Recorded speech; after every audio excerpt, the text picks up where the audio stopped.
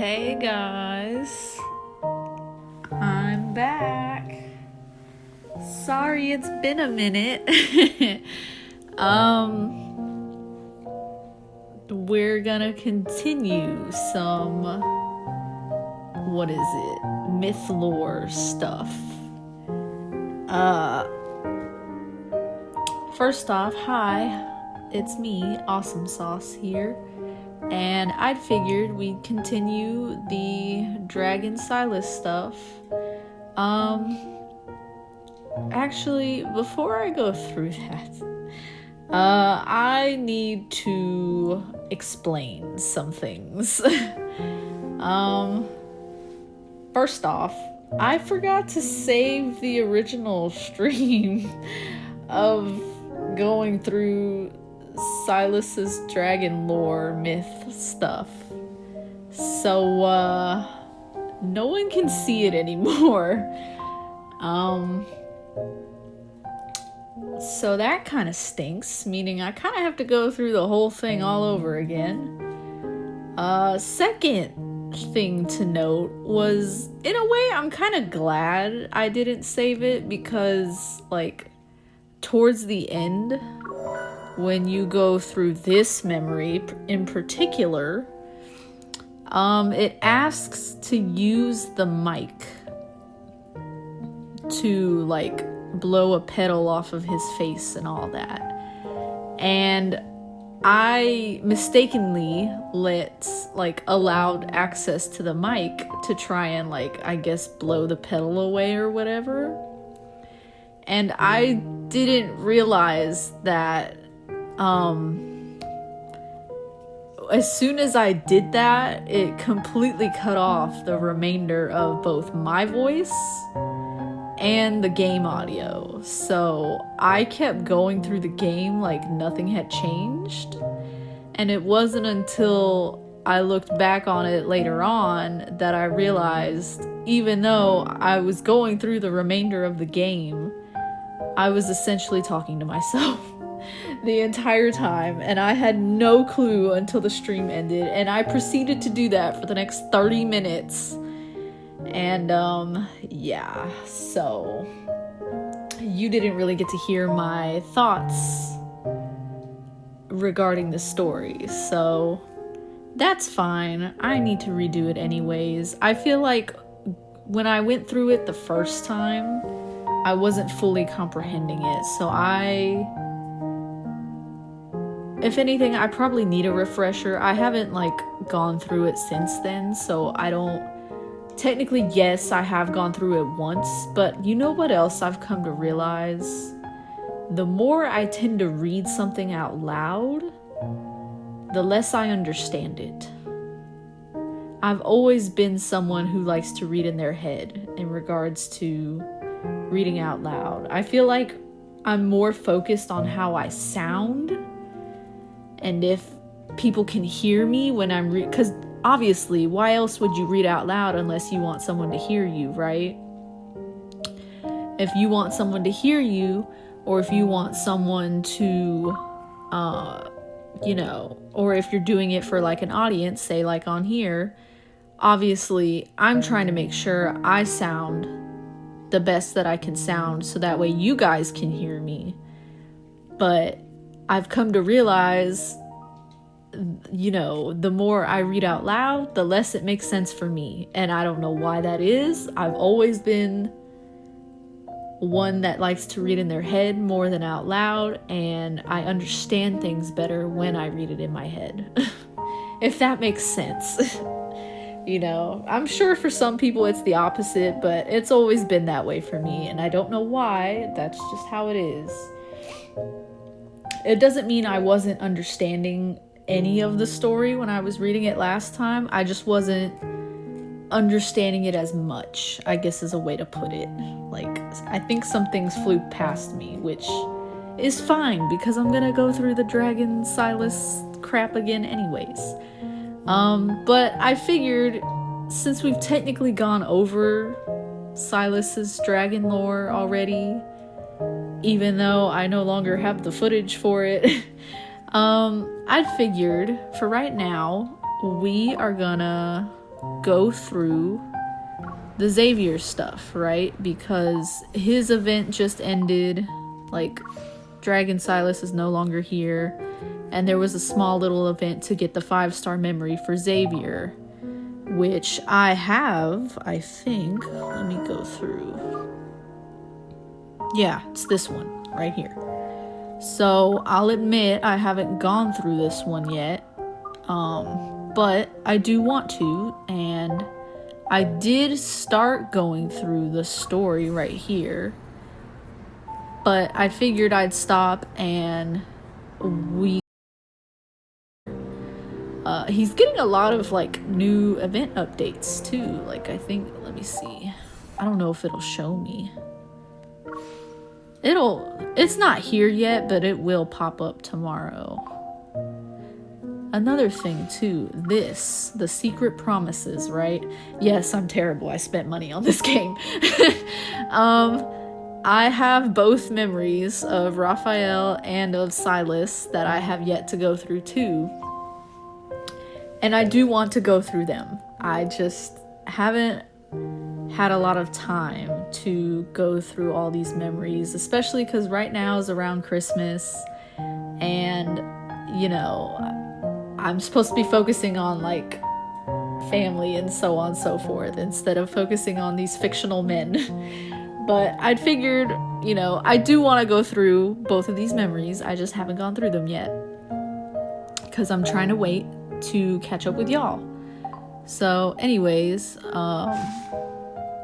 yeah, the Dragon Silas stuff ended, and I got him a new outfit recently from the Deepspace trials. Which, by the way, do I have any more? I do have one more I can go through. Yeah, I've been going through the Deepspace trials for him. So, how about we go through another one?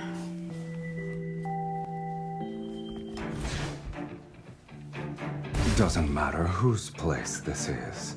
It's time for a new ruler. I forgot I'm using this sword. Doomsday? Descends. Stay on your toes. It's changing. You were sloppy. My eyes were locked on you.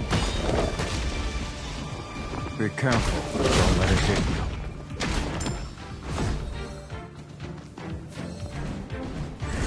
Doomsday? Descends. Just starting to enjoy The way this. this dude fights You can have is as so much cool. as you want here. Bring it on. Eat this. Are you up for a joyride later? And he is OP Where do you as wanna all take get me? out. Guess. Alright, so that kind of gives you a little bit of an idea of, like, there's actual gameplay other than you just hanging out with the guys. Let me see. Let me see how far I can get in regards to Xavier. I'm sorry, Zane. Blech. Which, by the way, I got new myth lore memories for him too out of nowhere, so little excited in regards to that. I've slowly started leveling them up, but I am definitely nowhere near close enough to get through all the story yet. We don't have much time. Let's make this quick. But I'm excited Don't to rush. learn more about Let him it for your sure. turn. No problem. It is weak. Now's our chance. He's honestly, these myth memories like make the character Make so sure to dodge powerful. the attack. I'm impressed by your skill, Recover. Be careful. It's your turn. No problem. It is weak. Now's our chance. Victory is within reach. It is falling apart. Eat this. It recovers. Be careful.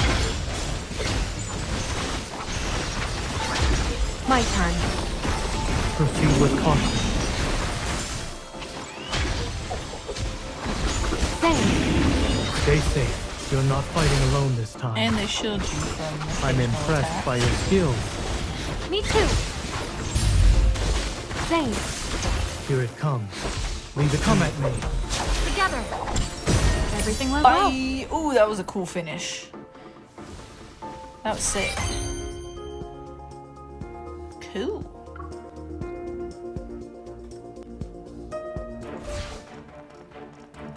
Are you prepared?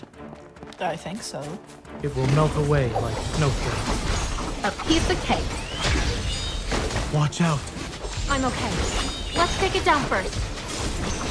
I'm impressed. It's your turn. No problem. It is weak.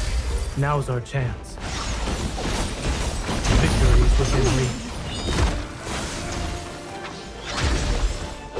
Keep your distance, or else you'll get hurt. Recovered. Be careful. It is weak. Now's our chance. It is falling apart. It can't even be considered a threat.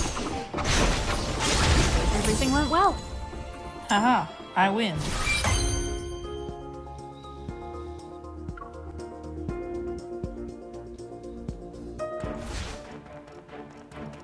Concentrate. Don't underestimate it. It's your turn. No problem. Keep your distance from it. It is All the falling guys apart. are OP in their own sense, I guess is a way to put it. Victory is within reach. It's over. Although I don't know No. everyone's It's your turn. backstory yet No either problem. on all these myth memories, because each of the Keep guys your have distance, like 2 or else sets you'll of get hurt. myth memories. I'm impressed by your skills. Me too. And to be honest, I've only You won't seen escape. one of Silas's. It's your turn. No problem. It is weak. Now's our chance. It's minor. Threats are only temporary. Which is Melting the like dragon one. snowflakes. So he's got another set of, or another pair of myth memories that I've gotten one of them, but beyond that I haven't gotten the other one, and I don't know when I'll be able to get that other one. So until then, I'm kind of at a standstill with that one too.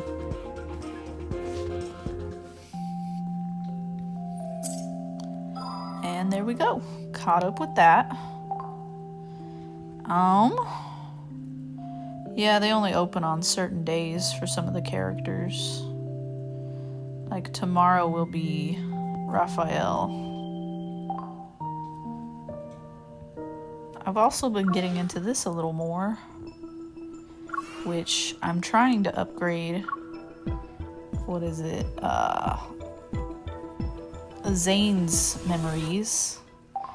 Because he has important, like, let's see. I have the myth memories for Silas, right? Which are the dragon ones. This is one of his other myth memories, which is the other one, right? So, like, let's go over here. It's called Captivating Moment. And it's essentially the same, right? And I've upgraded it pretty well, but obviously it's going to take a little while before I can get... First off, I need to get the other memory that goes with it before I can unlock all of it, right? So I think at max I could probably get to like 4 or 5. Yeah, I could get to 5. And then I'd be cut off because each of these memories only allows you to ascend and get up to, yeah, only 4 shards each. And obviously, I don't have this one, which is called Captivating Lesson. So until then, I'm kind of at a standstill in regards to his. I've upgraded this one plenty enough. I just need more crystals to ascend it one last time. And then I can have enough to at least get all the shards for this one. But until then, I'm kind of at a standstill for that one. I have been working on Raphael's. I'm a little more upgraded because I do want to continue his story, and I do have both the pairs for this one at least. But I need to ascend them. I need to finish upgrading them and then ascend them one last time each, and then I'll be able to go through the entirety of his story. This myth story. And then I have, I'm sorry, not that one. Zane's, one of his myth memory pairs, which is, I'm not entirely sure. Like, the way he just kind of sits there and just stares at you is funny. I know he's like, his evol has to do with ice, and I know this has to do with that, but I'm gonna be completely honest, I know nothing about these memory pairs. It looks devastating from this memory, I'm gonna be completely honest, and I don't know if that's spoiler territory or not, but I've already seen it, so at this point, who knows, right? I've been slowly working on these two, and obviously I have to keep ascending them at least all the way up past level 60, and then I can go through the story once more, at least without interruption, I guess is a way to put it. Like, I could technically go through all of them, you know, one at a time. Like, I could, it's called Tower of Secrets, right? And he has another one called Snow's Embrace. Another story one that I could technically start because I do have 2 shards, but I feel like I would just be torturing myself if I were to just go through it super slowly instead of just getting all the shards right away and be able to go through it without interruption. So that's why I'm holding off on those for now. It's not that I'm not working on them. Same goes with Xavier. I do have 1 memory of the shooting stars thing, right? So, let me see what that one is. Xavier. This one. I don't have the other memory that's supposed to go with this, which is called Light-Seeking Obsession. So, until then, I can only get through the story halfway. And that's kind of where I'm at in regards to this. I do want to go through this one because it seemed important. So, I'll stop lollygagging and we'll go through this story and we'll start back from 1. After some investigation combined with a vague hunch, I've identified a highly suspicious wanderer. Hang on, give me just a second. There we go.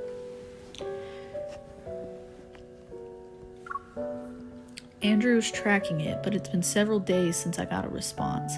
Andrew is one of the guys who, I guess, works in, like... He works in the Hunter Association, but kind of like as a researcher, I want to say. I've read stuff about him in, like, different parts of the game. I just don't remember fully right now. But he is part of the Hunters Association. This lull allows me to test the new gear Simone modified for me before the next mission. Okay, Simone I don't remember. I don't even know if I'm saying that name right. The only problem is that my partner, who promised to join me for this trial, is late as usual. Let me guess, it's Xavier. 10 rings! The training session is over now! That's Simone for you. She can turn even the simplest sidearm into something extraordinary. I switch on the safety and put away my gun. My gaze drifts to the empty lane beside me. Looks like Xavier, king of tardiness, didn't get the chance to try out the new gear first. But at least I have the luck of a partner who's always thinking about me. Ah, hi Xavier. What's up? The door to the shooting range opened without me noticing. Xavier leans against the doorframe and smiles. I got caught up following a new lead. I didn't have time to tell you. How convenient. Is it about that case you've been digging into? You've been really mysterious about it. Time you filled me in. He raises the cup in his hand as he speaks. Let's talk over a cup of coffee first. I'll tell you everything then. Okay. I follow Xavier to the training room's lounge area. I grab the cup of coffee he offers me. I cautiously take a small sip. It's a little hot and sort of weak, but it's still decent. You made this? The coffee machine did all the work. I just put in the beans and provided the cup. Sounds like you didn't do much, but the coffee isn't bad. Hearing this, Xavier chuckles. So, your investigation is coffee related? Certain people were smuggling painted protocore fragments in the coffee beans. I had to attend as a judge at the coffee contest.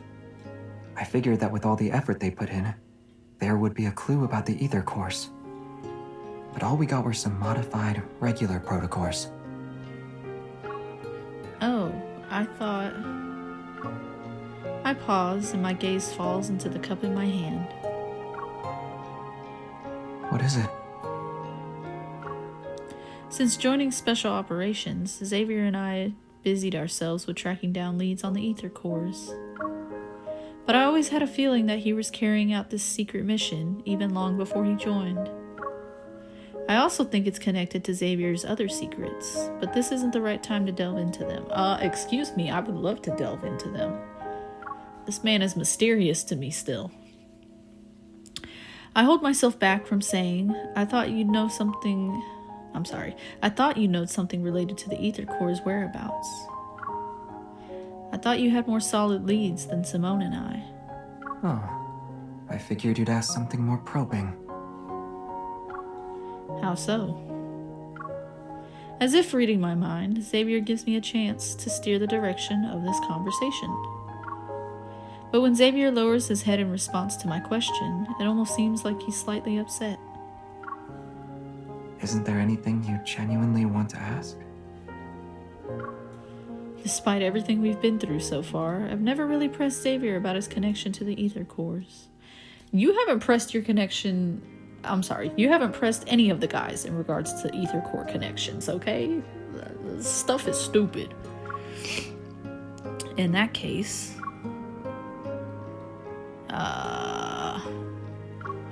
you must know more about the ether cores than the association, right? In your mind, am I more capable than all of the association's hunters combined? Yes. I don't think any of the rest of them really matter. The association has its network, but maybe you're aware of things they can't access. His fingers lightly tap the wooden table in the lounge area. I'm not entirely sure how many ether cores there are, let alone their capabilities. Their power comes from the very core of the cosmos. If fully awakened, they would spell disaster for the world. Noticing my thoughtful expression, he smiles and gently smooths the furrow between my brows.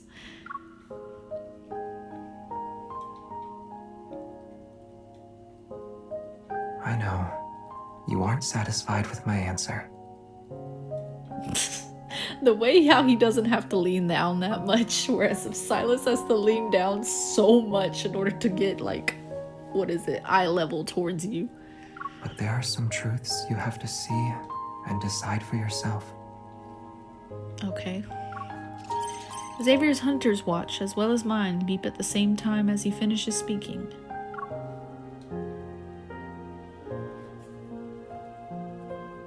The Wanderer you identified earlier, the one associated with the beta protocurve energy, is confirmed to be related to the ether cores. I don't remember getting a visual of Andrew, but cool. The detailed information has been synchronized with your device's data log. Get ready to head out. This Wanderer will also be difficult to deal with. Should I ask Simone to assist you? I did say the name right. That won't be necessary. My best mission partner is back. The call ends. I raise an eyebrow at Xavier.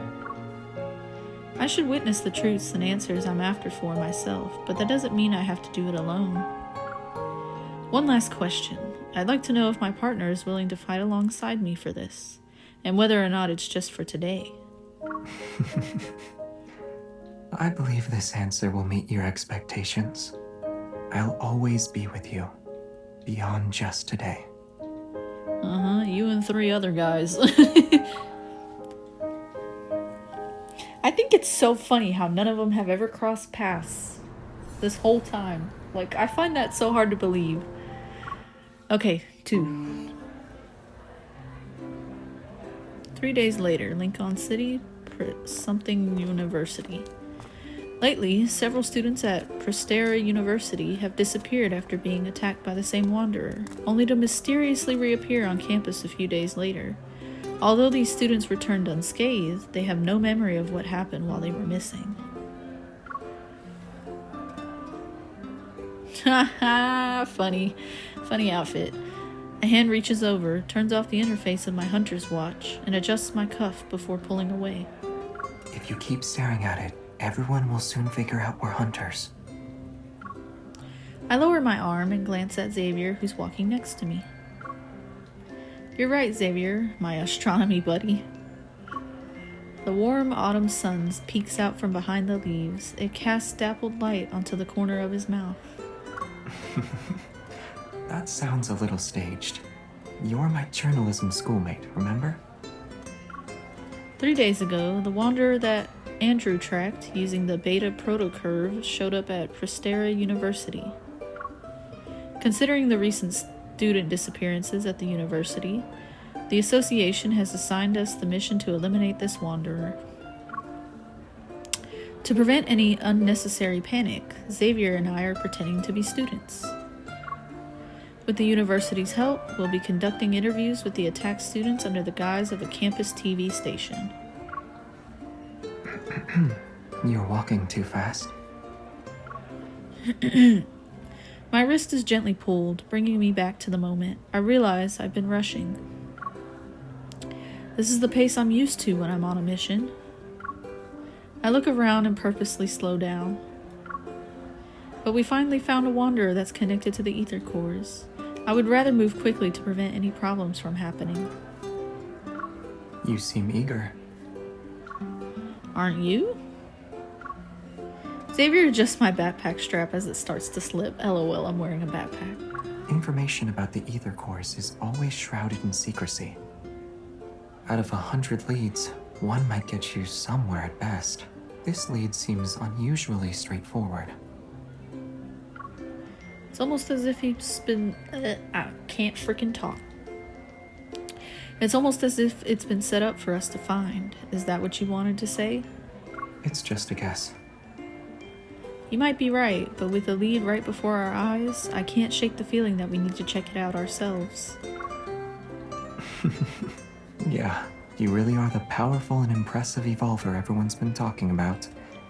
But before we meet those students, our first job is to act as students.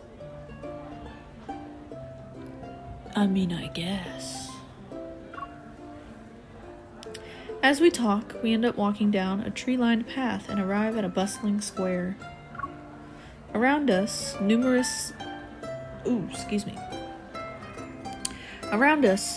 sleek, temporary booths are set up. Students are excitedly weaving through them. Prestera University Club Recruitment. Was I saying that right? Prestera? I think I was saying Prestera. Okay, Prestera. Excuse me.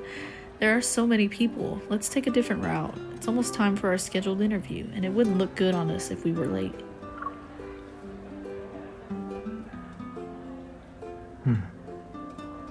Yeah, it'll take a while. But how about we use this opportunity to relive our student days for a bit? You were a student at one point? How are we gonna do that? Xavier stares at me. Then he fixes my hair and takes off his non-prescription glasses.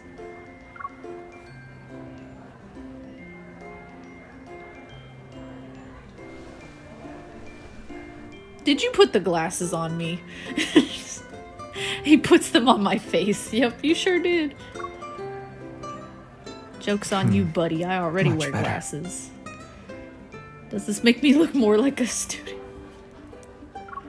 It just looks nice. Hi, are you a freshman this year? You seem perfect for the lead role in our film club's latest project. Are you interested? While the club member looks down to find the registration form, a corner of Xavier's mouth slightly curls up. What did I say? Hardy har. I feel like Xavier was throwing his teammate under the bus, but this trick surprisingly works. By the time we arrive at our scheduled interview spot, I'm completely in student mode. Hello. I'm the student council's vice president. So, I was told you guys were hunters. The tall, lanky boy gives a slightly uneasy smile, his head sinking lower as he speaks.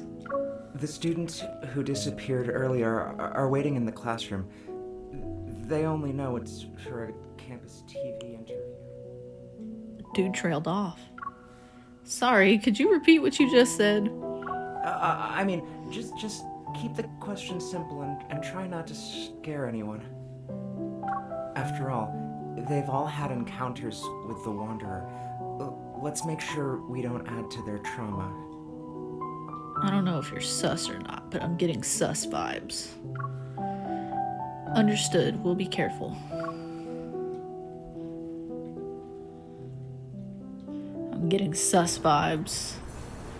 Okay, on to 3. Ooh, fancy classroom. Really fancy. As we enter the classroom, several pairs of curious, wary eyes quickly focus on us. I clear my throat and offer a genuinely friendly smile.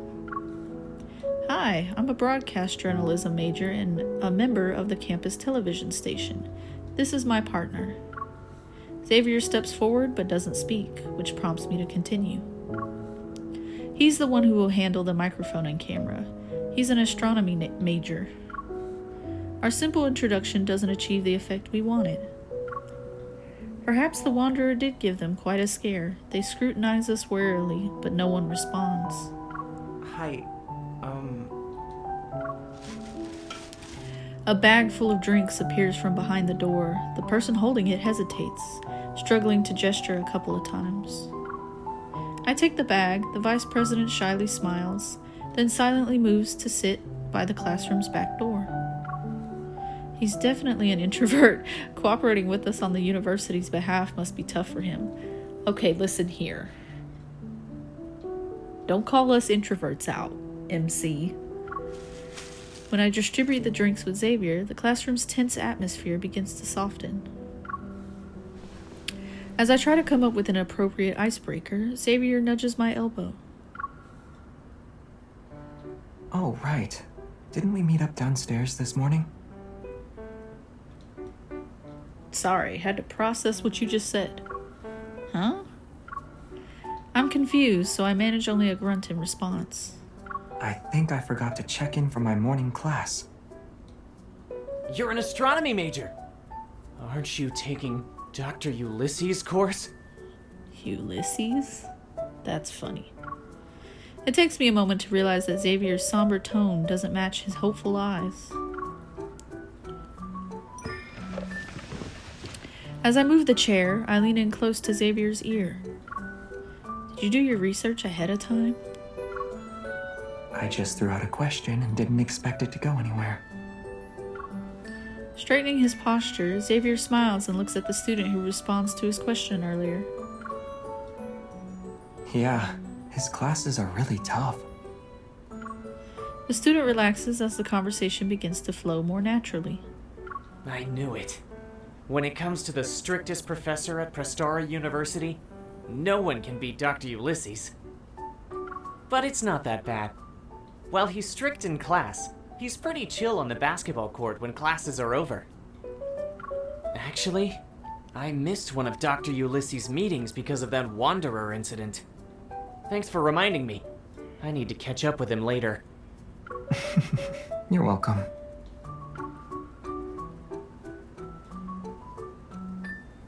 The music's cute. Xavier adjusts his position and gives me a knowing look. Seeing Xavier's cue, I quietly switch on the recorder and casually throw out a question.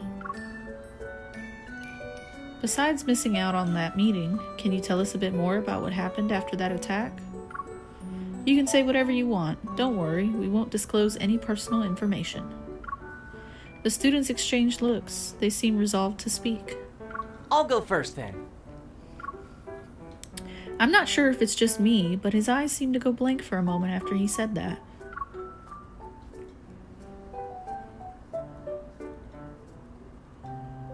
This is what we call a white hole, a theoretical region of space-time. If we reverse What are all you the doing? symbols in the equation representing the geometry We're not of actually here for the space-time, lecture, but then we in might this as well very look the part. space, objects are no longer I slide unable to open. I escape slide the them. textbook. I can't Rather, freaking talk. they can I slide the only open escape. textbook to the center of the desk, line up my notebook and pens, and place a water bottle to the side. Okay. Your desk is so neat. It's only a matter of time before the professor notices. According to a student's account, the incident occurred outside the classroom. He was heading to a meeting with the professor.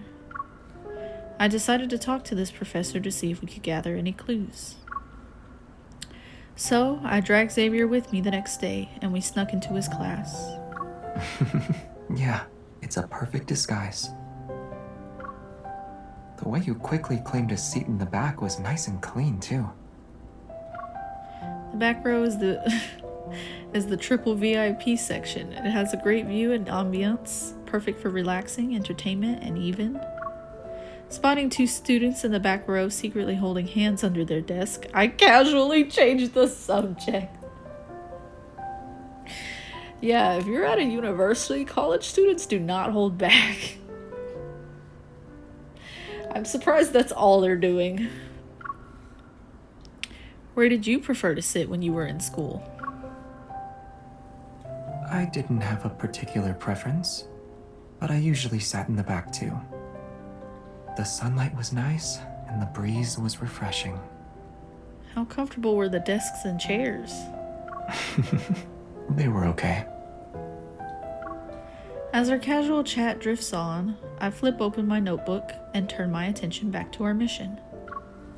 Even though we learned a lot of details from talking to the students affected by the attack yesterday, we didn't find anything notable. Those 5 students were either normal people or revolvers. They encountered the Wanderer in various spots. Some were on the tree-lined path, and others were in labs, and they woke up in different places afterward. So you're telling me there's still normal people in this freaking game? Like people who don't have powers or evols? So essentially you got people with quirks, and then you got the quirkless, like freaking Midoriya. You got Midoriyas in this world still.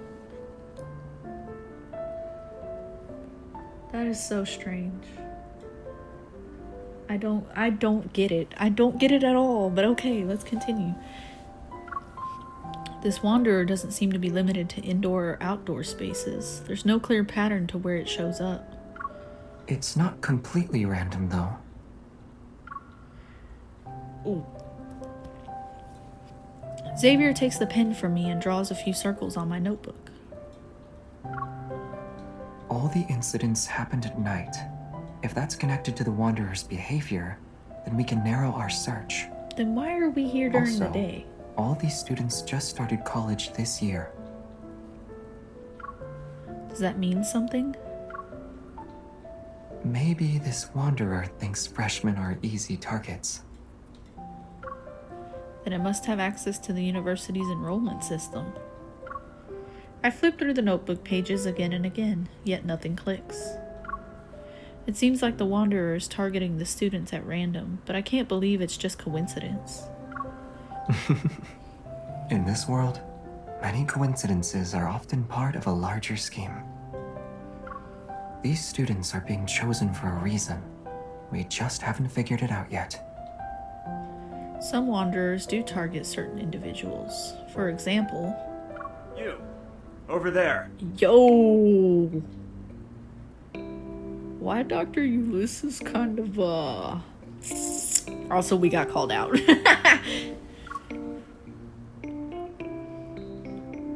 Realizing the sudden silence around me, I look up to see Dr. How does he say it? Ulysses? I've always heard it pronounced Ulysses. So I'm gonna go with Ulysses, okay? I look up to see Dr. Ulysses on the podium. He's smiling. Yes, I'm talking to you, young lady in the back row. Oh. Come up here and show everyone what a Morris Thorn wormhole is. Oh, what? What the frick is that? That makes me want to Google it. Hang on, let me Google it real fast. Morris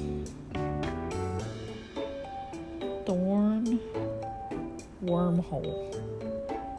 A theoretical solution to Einstein's field equations that describes a spherically symmetric wormhole that could be used for interstellar travel. Oh. I'm learning new things every day. Okay. I don't get any of that, but okay. That's freshman stuff? Doesn't seem like freshman stuff to me.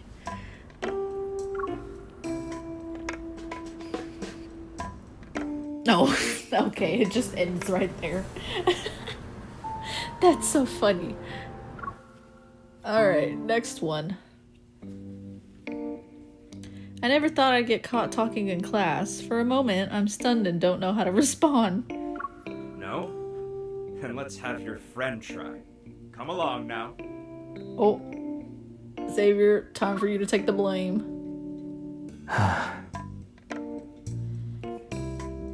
Ooh, sorry.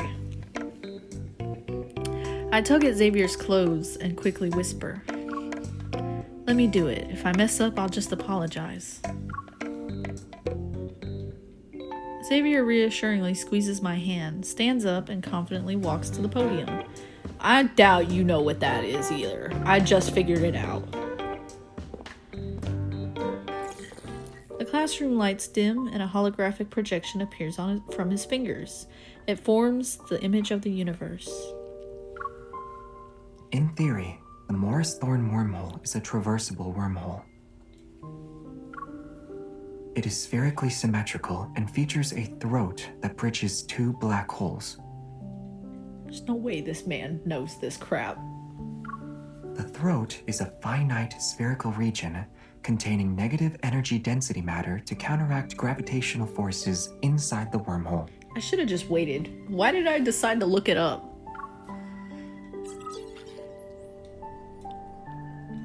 As Xavier speaks in a measured tone, the stars shift under his touch to gradually form a wormhole model. The lights from distant planets flicker before us, and his silhouette seemingly stretches across light years. For a moment, I wonder, was Xavier like this back in college? Correct. The negative energy's repulsive gravitational properties keep the wormhole's throat open, allowing matter or signals to pass through. Time travel becomes possible with this model. For example, the deep space tunnel above us might very well be a giant wormhole. The mysterious deep space signals could then make their way to our distant Earth.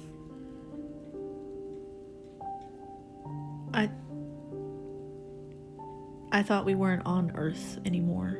Am I wrong? Perhaps certain materials, or even other forms of life, can find us through these cosmic channels. What are you thinking about? Are we on Philos or are we on Earth? That's my question. I snap back to reality. Xavier has crossed the starry expanse and now stands before me. He's within arm's reach once more. I'm curious, were you really an astronomy graduate? Who knows? I have too many diplomas at home. I need to check first. Is that because you're a long-living alien, from what I hear, Xavier?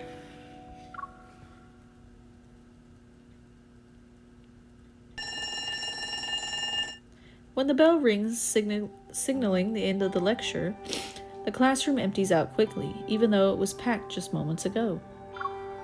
As the professor starts to pack, I approach him. I'm about to ask about the students who were attacked. Xavier, have you been a deep space hunter for so long that you want to relive your college days? Okay, seems the professor knows about us. The professor walks away from the podium, one hand holding his bag and the other in his pocket. His serious demeanor is gone. Hello. Are you also a deep space hunter? His colleague, perhaps? This is Ulysses. He's an old friend of mine. Now he works as an assistant professor. I was promoted to associate professor 2 years ago. Xavier seems to have connections everywhere, which is interesting. Congratulations. Thank you. First, there was Jeremiah, a mysterious florist. Now it's a university physics professor. That's what I'm freaking saying! This dude has connections everywhere! I'm once again shocked by how unpredictable Xavier's social circle is. Let's get back to business. You're not the type of person to visit without a reason. Did something happen at the university? I'm on a mission. Well, if you're involved, it can't be just any mission. Should I be expecting a major incident to take place? Looks like I'm not the only one who has a certain impression about Xavier. But this gives me a perfect opening to ask him about the Wanderer. Dr. Ulysses, we heard one of your students was attacked by a Wanderer and went missing for a few days. Were you in the area when this happened? Ulysses pauses for a moment before nodding. I was in the lab preparing for a meeting when I heard a scream outside the room, but I didn't find anything even after looking around. I later learned that a student had been attacked by a Wanderer. Fortunately, he wasn't seriously injured. It looks like Ulysses didn't see the Wanderer. I'm a little disappointed. Did the lab's flux stabilizer show any reaction? No. I immediately get what Xavier is hinting at. If the flux stabilizer didn't react, then the Wanderer's metaflux fluctuation level must be below 50. Ugh, that is a mouthful. There are only a few Wanderers capable of such... see, this is why. There are only a few Wanderers capable of such stealth. Our search is narrowed considerably. It's also possible we're dealing with a modified Wanderer. As if reading my mind, Xavier reveals another observation. I nod. Got it. I'll ask Andrew to compare the protocurve data with the possible Wanderer profiles.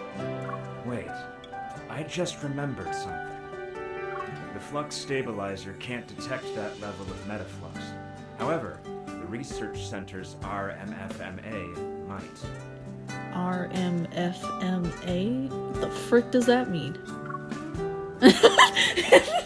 I like how I just catch on. Me and MC are so the same. But the research center isn't even near here.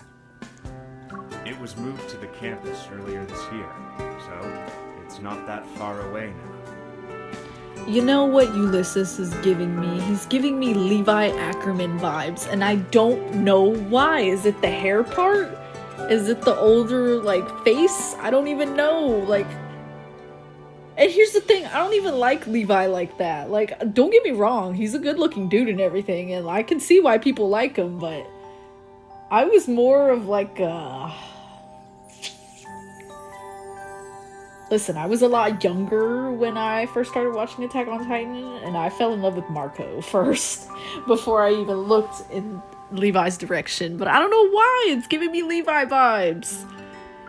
It should have captured the metaflux fluctuation and its dynamic range when the Wanderer appeared.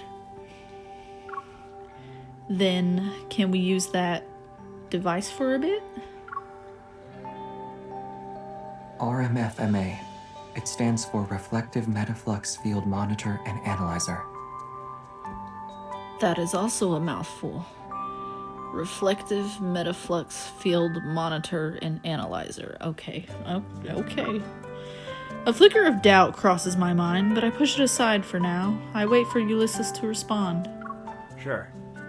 As long as you have the clearance to operate it and access the system, you can use it. But we don't quite fit those requirements. Let's go. Huh? Xavier picks up my backpack and turns to Ulysses. Aren't you going to lead the way?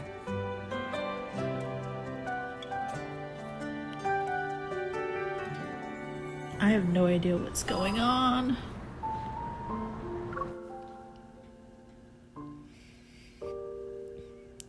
The research center Ulysses mentioned is formerly known as the Prestera, whatever, University Deep Space Exploration Research Center. Goodness freaking, the amount of words. This is also why I can't read out loud. It houses the RMFMA under a skylight on the 3rd floor. The machine's brass casing and bulky appearance make it stick out like a sore thumb. Yet the screen's flashing indicator lights and fast-moving images exude a sophisticated air. This analyzer is one of the most advanced pieces of tech in the past few decades, and it remains so today. Why is that? It can detect the slightest fluctuations in the deep space tunnel. Unfortunately, there are fewer than 10 of them in the world. Again, why is that? Many talented researchers and professors have turned down prestigious offers elsewhere. Also, they could work with the RMFMA at our research center.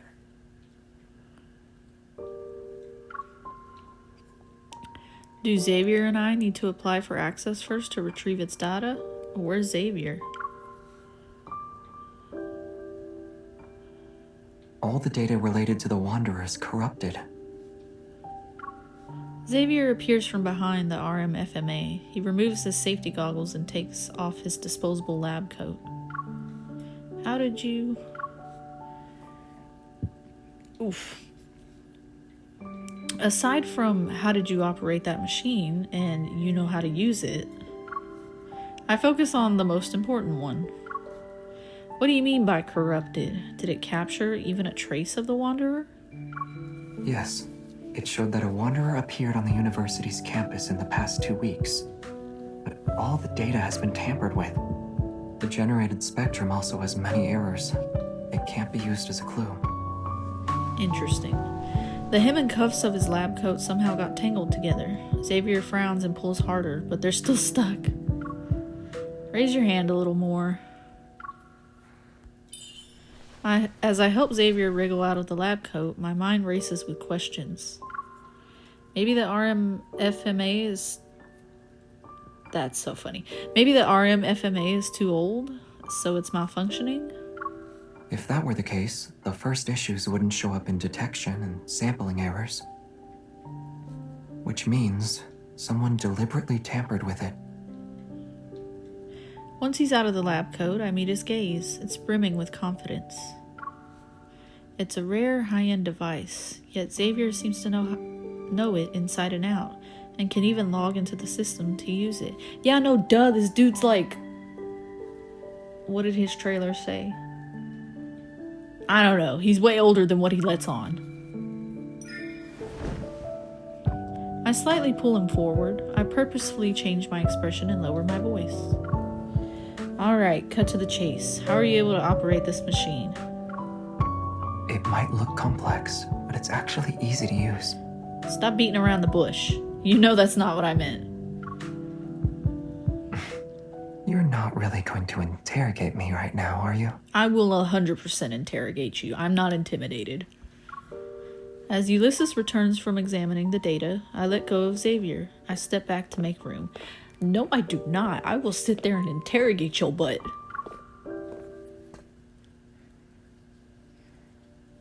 The data is corrupted, and just as you suggested, someone probably tampered with it. However, the research center is a secure, newly built facility that few people can access. If we include me, only a handful of researchers work here. Interesting. The last system login was recorded to be over a month ago. Has anyone else been in here the past 2 weeks? Ulysses thinks long and hard before finally giving a hesitant reply. Yes, but it's not anything suspicious. There was a study event here for new students. Part of the event included a tour of our facilities. That was when we introduced them to this analyzer. The new students who started this year. Could it be... Those 5 students who were attacked all enrolled this year. Xavier voices my thoughts. I take out my phone, check the school's official website, and quickly find the article about the study event. 5 students were selected. They are... Here. Xavier points to the 5 names displayed on the screen. All the students who encountered the Wanderer are listed. The study event, the tampered device, the elusive Wanderer, everything starts to connect. This isn't a coincidence, Xavier. Something's off about that study event. The Wanderer is targeting its participants. Indeed. He agrees but keeps his finger on the screen. I look again. Group leader, Soren, vice president of the student council. I freaking knew it! Hello. I'm the student council's vice president. So, I was told you guys were hunters. I knew I was getting sus vibes. It's the same guy who helped us on behalf of the university and the only one who wasn't attacked. He's definitely suspicious. There's only one way to find out. I'm contacting him right now. Ooh, I caught on to you. I mean, I caught on to you like the second I met you, but... Xavier is the first to head out. After saying goodbye to Ulysses, I'm about to leave, but a glance at the wall makes me stop in my tracks. Instead of a certificate, there's an old framed group photo at the top. It's yellowed with age, and the faces in that photo are all a bit blurry. Yet the person who's on the edge... I look closer, and that indistinct figure suddenly comes into focus. It's Xavier. Yeah, no duh. This dude's old as all get out as far as I'm concerned. I think, from what I don't know, okay? We'll get to that point at some point. I sit on a bench near the basketball court. I watch the ball arc through the air and precisely hit the back rim of the hoop. It bounces back into Xavier's hand. Dude's chillin' playing basketball. It's hard to fully appreciate this rare sunset, something I haven't seen much since graduation. It won't be long until we meet Soren. I unconsciously lower my head to look at my phone.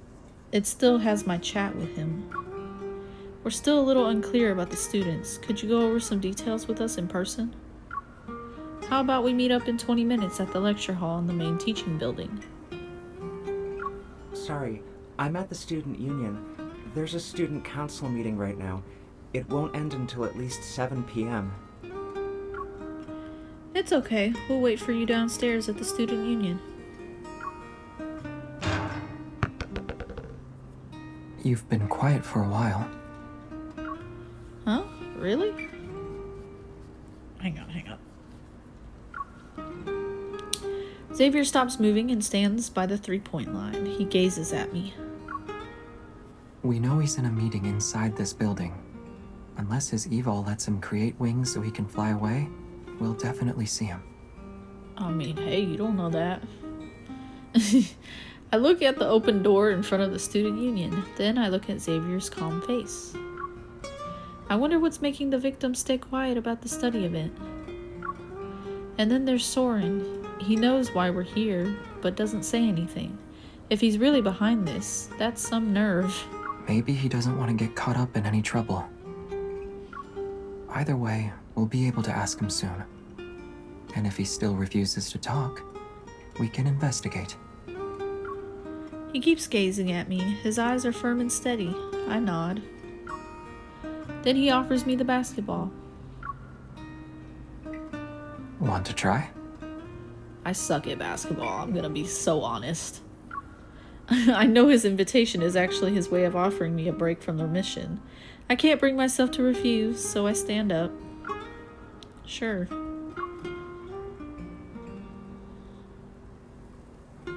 After a brief warm-up, I confidently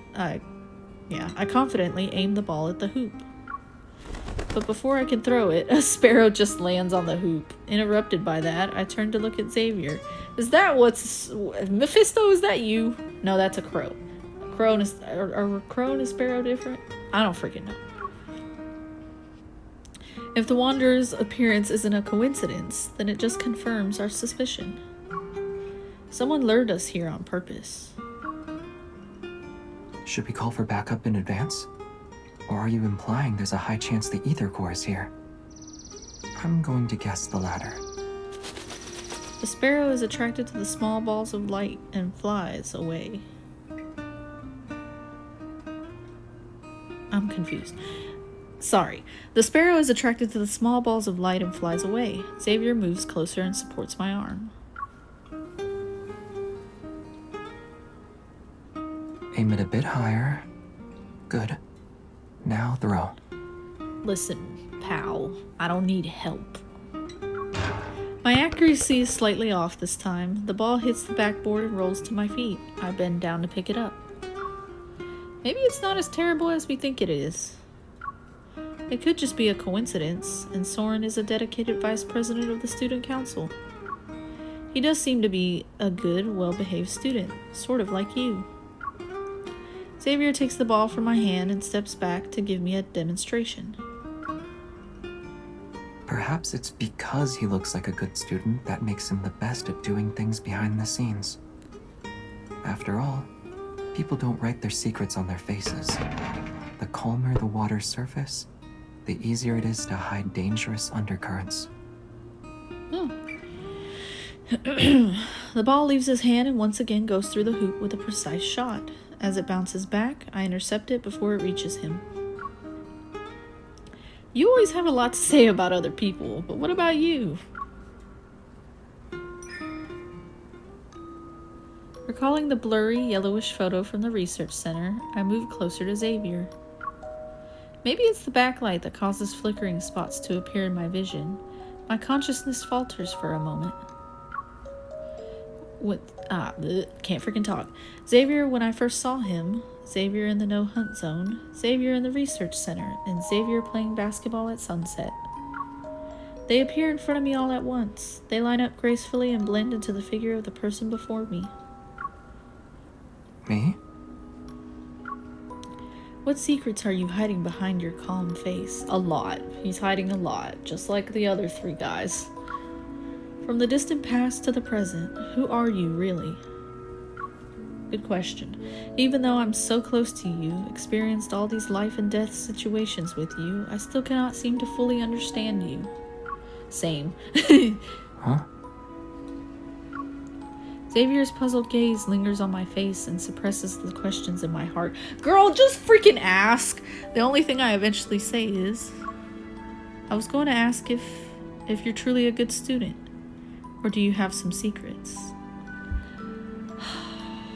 MC is so non-confrontational when we want her to be. After thinking for a moment, he speaks in a calm tone. I'd say I'm a good student. Sure. I paid attention in class and always kept my eyes on the front of the classroom. With how sleepy you are? That's how I kept ending up making eye contact with a classmate who frequently turned around during class.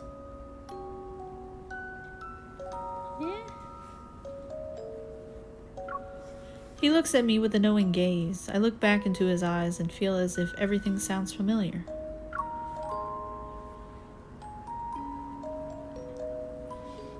Hang on, sorry. Maybe your classmate just wanted to check the clock at the back of the classroom, see how much time was left before class was over. Oh. You're asking if I have a hidden side to me like Soren? No duh. He responds with a question. Now it's my turn to think about my answer. Fortunately, Xavier doesn't seem to expect one from me. Instead, he slightly lowers his head as if he's talking to himself. But the parts of me you think you know, and the parts you think you don't know, they make up who I am. All of me. Right here in front of you. What the frick? We no longer pay attention to the basketball. The sound of it bouncing on the ground echoes in my ears. Yeah, no, that sounded like a heartbeat. It isn't until I see Xavier's hand wave in front of me that I realize the lingering sound is my heartbeat. I think we have a new lead. I compose myself and look in the direction that Xavier is pointing in.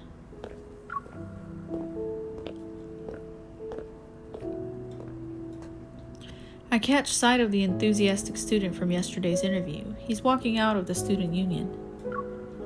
Didn't he say he needed a week off after the Wanderer attack? I grab Xavier's arm. Something's not right. Let's ask him.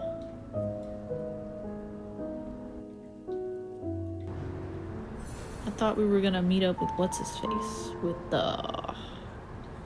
Soren.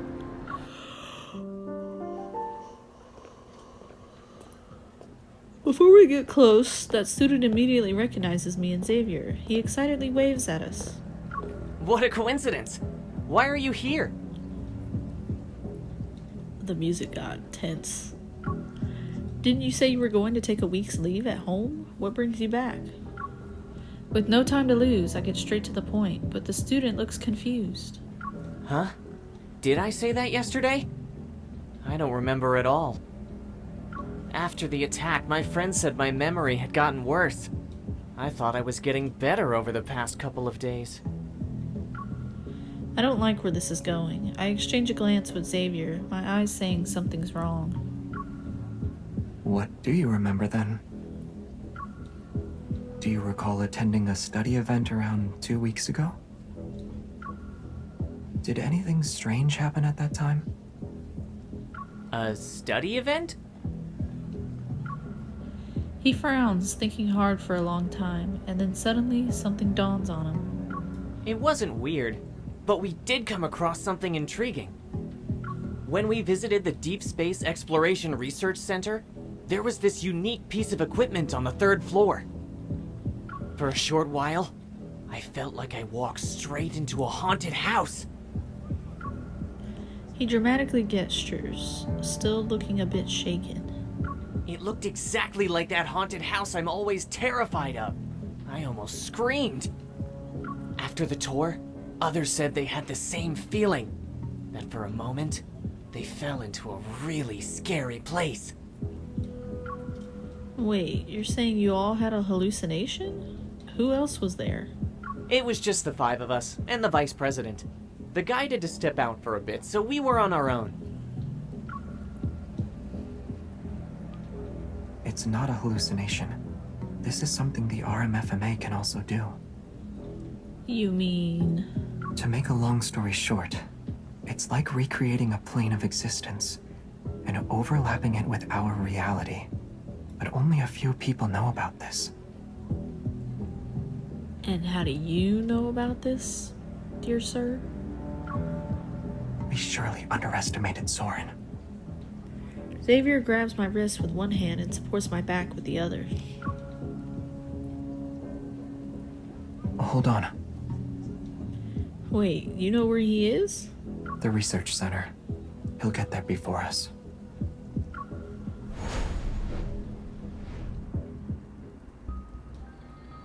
Daylight's last glimmer sinks below the horizon, and night arrives. As we stand in front of the research center again, the building takes on a more mysterious air under the night sky. Soren stands under the skylight on the 3rd floor. His back faces us. You're quicker than I thought. Yeah. I should have known the moment I saw you. And yet you didn't catch on, and yet somehow I did. Xavier stops behind him. After a brief pause of tension, Soren turns around. Do you think you can still order me around, Xavier?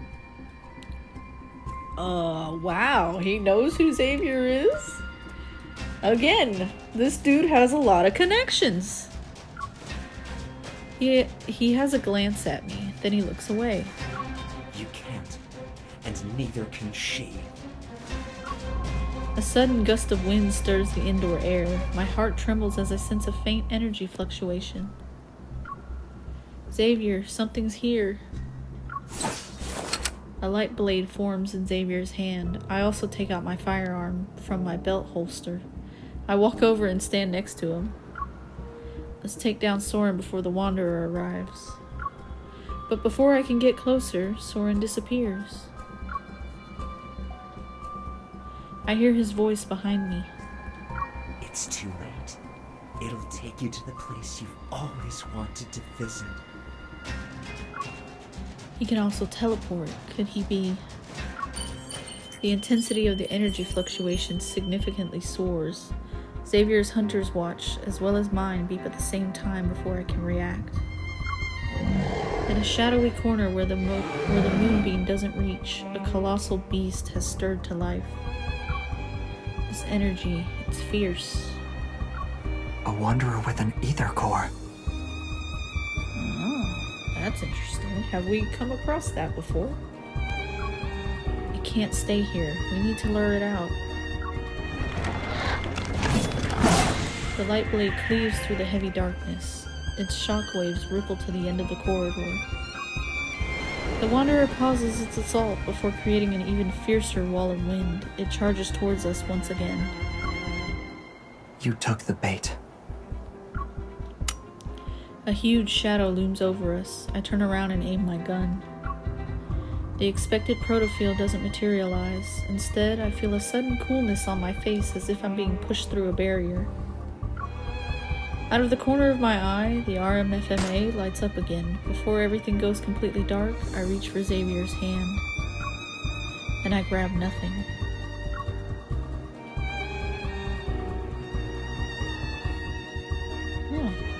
Finally got some action, huh?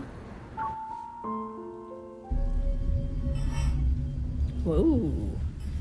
Nebulae tranquilli hang in the sky. I don't even know if I freaking said that right.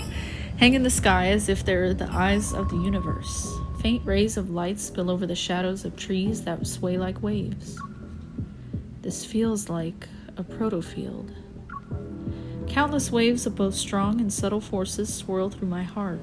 I stand in this unfamiliar forest enveloped in thick fog. This definitely isn't a regular protofield. The energy here is erratic and the fluctuations are violent. Xavier, can you hear me? I call out to him several times, but only the wind's rustling of branches and leaves answer me. He was probably dragged into the protofield too. I have to find him quickly. I look up and a meteor streaks across the sky. It leaves behind a trail of fire as it flies past the tops of tall trees. A meteor. Several more follow suit before I can say more. All of them are heading toward one side of the forest. I can't help but follow them. In an instant, the night sky is ablaze with countless rays of light. Meteors pour down like rain. They disperse the fog and darkness which plague the forest as they fall in the same direction.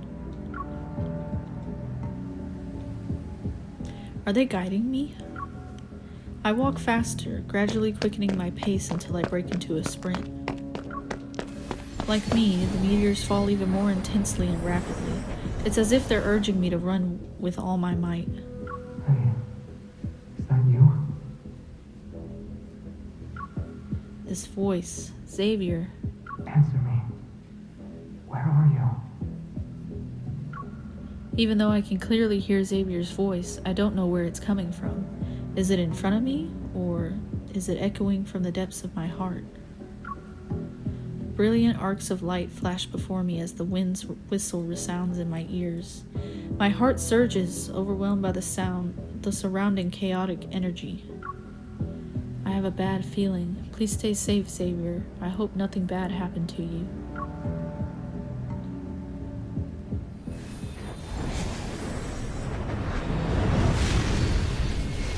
This is getting interesting, finally. As I traverse the dense forest, a mirror-like lake suddenly comes into view. Meteors streak down, falling into the expanse where the lake meets the sky. The energy fluctuation gets even stronger now. It pulls at my heart to the point where I struggle to breathe. Overwhelmed, I stumble and sink to my knees. I'm not interested in playing hide and seek. Oh. Come out.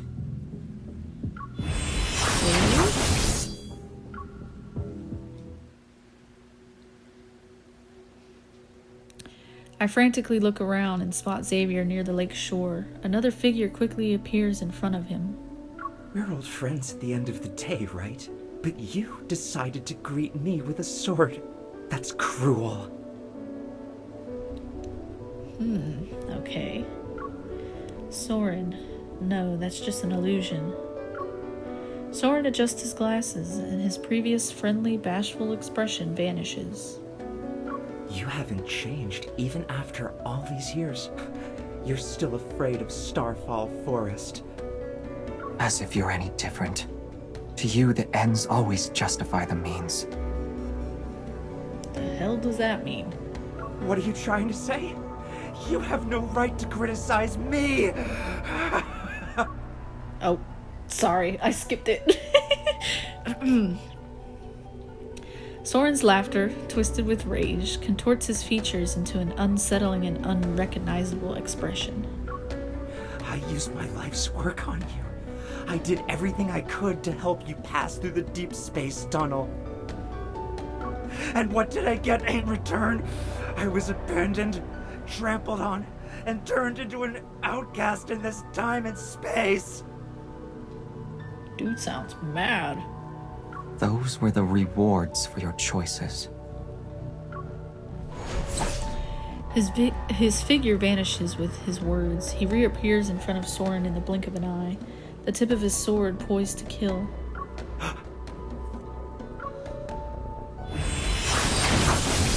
Countless sharp light blades rain down on Soren. Only his panicked voice can be heard within the dazzling spectacle of light. You. Killing an apparition is a waste of time. Then why did you dodge? A beam of light descends, and the apparition is sliced in half. It's not just an illusion. Somehow, it and his actual body are connected. Struggling, I rush to help Xavier, but I fall again. The energy in the surrounding area has changed. Wait, Xavier's evol is... Xavier's flurry of attacks continues, and there's no room for counterattacks. Nothing is out of the ordinary in terms of his appearance, yet. His usually serene sparks of light scatter and fly chaotically around him, as if they've lost control, agitated or consumed by something. It's time to put an end to this charade. Wait! You can kill me. But what about her? A meteor falls into the center of the lake. It awakens a sparkling light that twirls into a vague illusion. The silhouette wears a hunter's uniform. It's hard to make out, yet it's unmistakably familiar. It's me?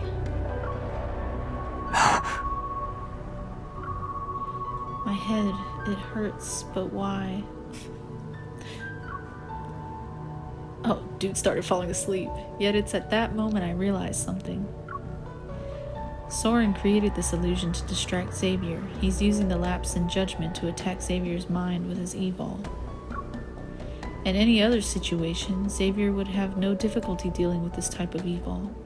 But with how chaotic the protofield is along with his power...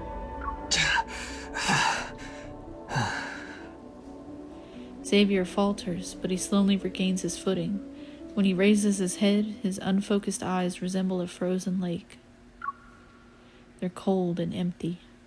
It can't be her. She's not a sacrifice. I will put an end to everything.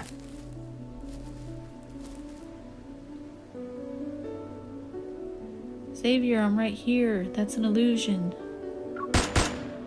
Perhaps weakened by Xavier's attacks, the bullet makes the apparition stagger.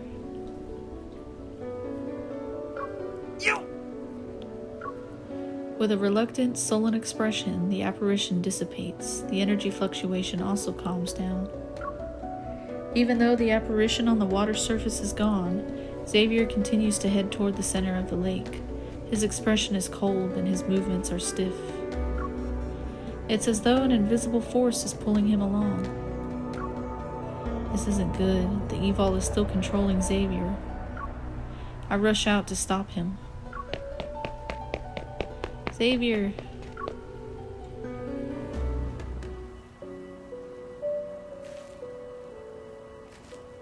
A planet that uses to survive.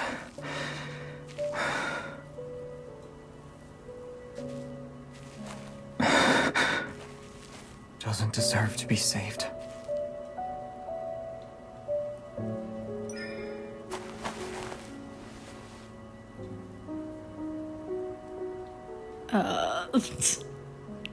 Dude looks... Ooh. Look, I'm right here.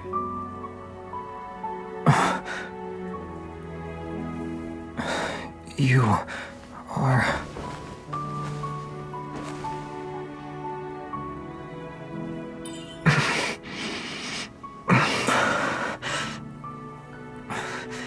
You can't stay here. Run.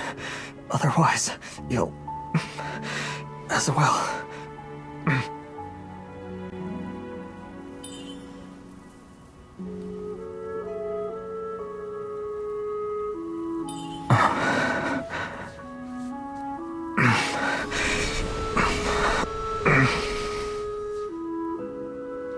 Did it fail?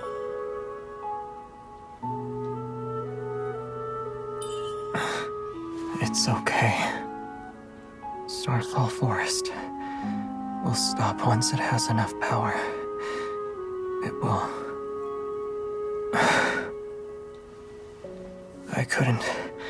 I didn't protect you before. At least, it chose me this time.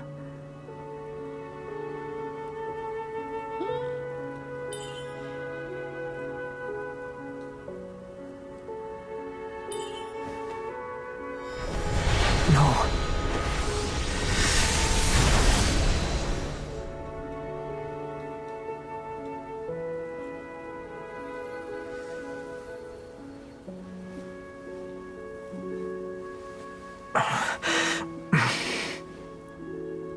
I'm confused.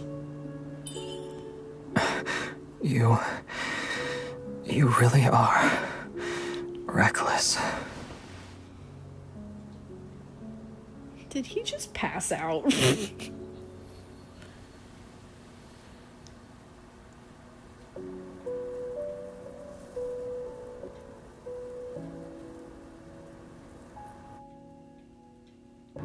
Huh.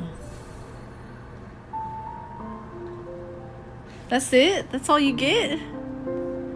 No more?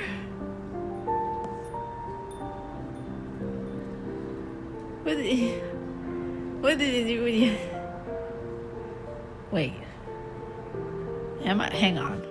Was that it, or am I stupid? Oh, no, that wasn't it. Okay. Ooh. That scared me for a minute. I was like, what?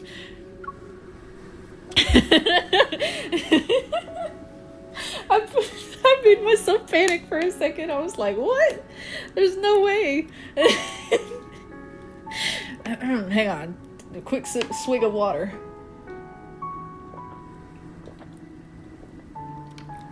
Okay.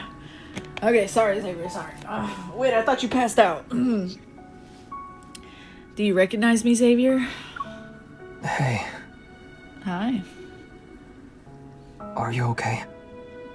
You're the one that looked in pain that whole time, not me. Don't move. I apply medicine to the wound on his arm, but he abruptly pulls away. I almost dropped the bandage.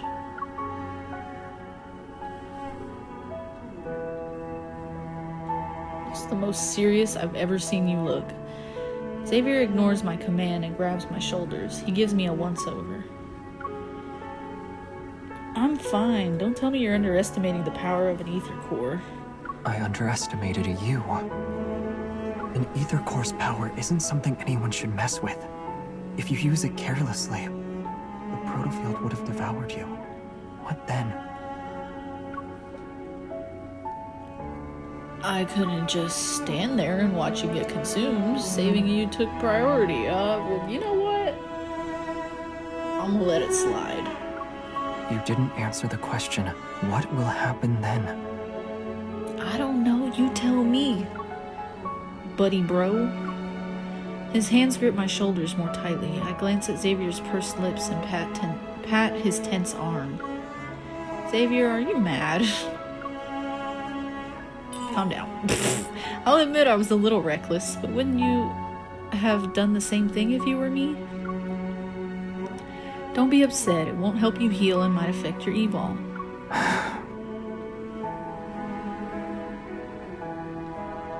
You always have so many reasons, but you never listen to me.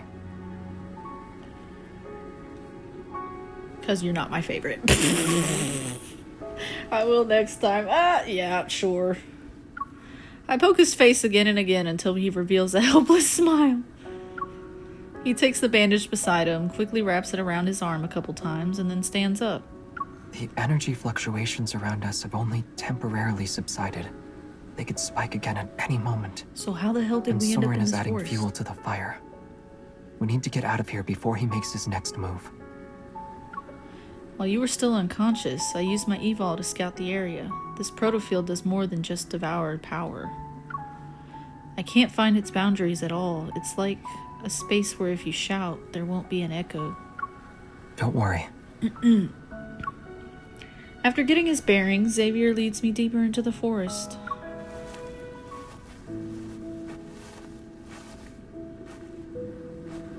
The protofield's environment was based on my memories, so there might be something that can help us leave.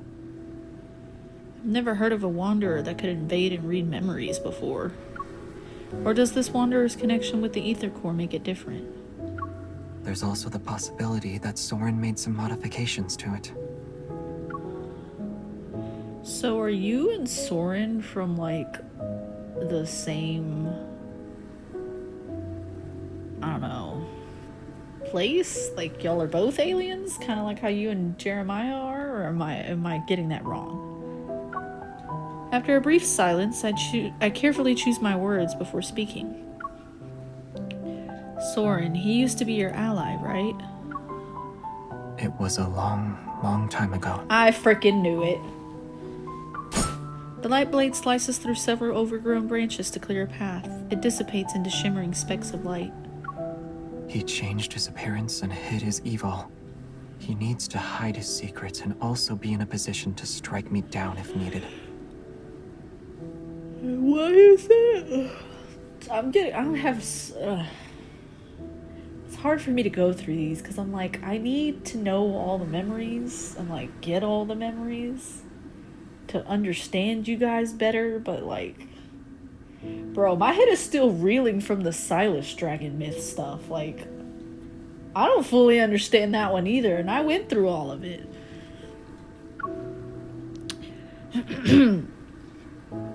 I immediately remember the perilous moments I faced with Xavier. When we first met at the abandoned research base with the Luminivores, I'm pretty sure I'm saying that weird, and the robots watching us at Azure Square. He sent them? Maybe. Interesting. Xavier holds out a small light as if sensing something. He releases it and lets out a dry laugh. This forest. It's a trap clearly designed for me. This can only be his doing. Okay. He really seems to know you well, but he also hates you. Recalling the conversation I heard, I hesitate for a second. Did something happen in this forest? It really took you that long to ask? Is that why you're afraid of it? Moonlight gently falls, softening Xavier's features into a blur. Then I hear his voice again. Rather than what's already happened, I'm more afraid of what might come in the future. But right now, you terrify me the most. You used the power of the ether core this time. I'm worried about what you'll do next. I'm getting no answers. What I've done can't be compared to your actions. Why don't you tell me what you did in the past?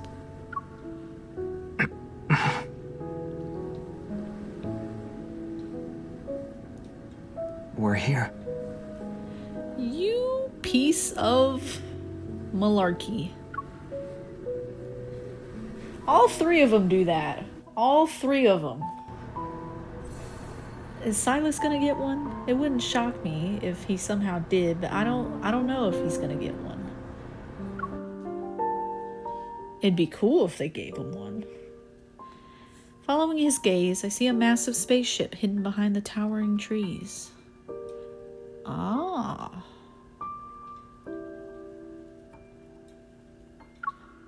Unlike the wreckage I saw in No Hunt Zone number 42, this one is more intact with far more sophisticated engineering. Inside are various unfamiliar devices that are set up to form a makeshift command center. It's surrounded by papers lying scattered all over the place.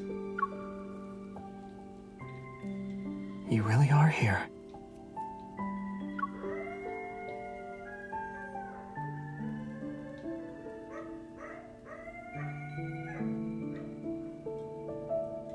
Sorry, there's sirens outside my apartment, and it's making the dogs react. Other dogs, not my dogs.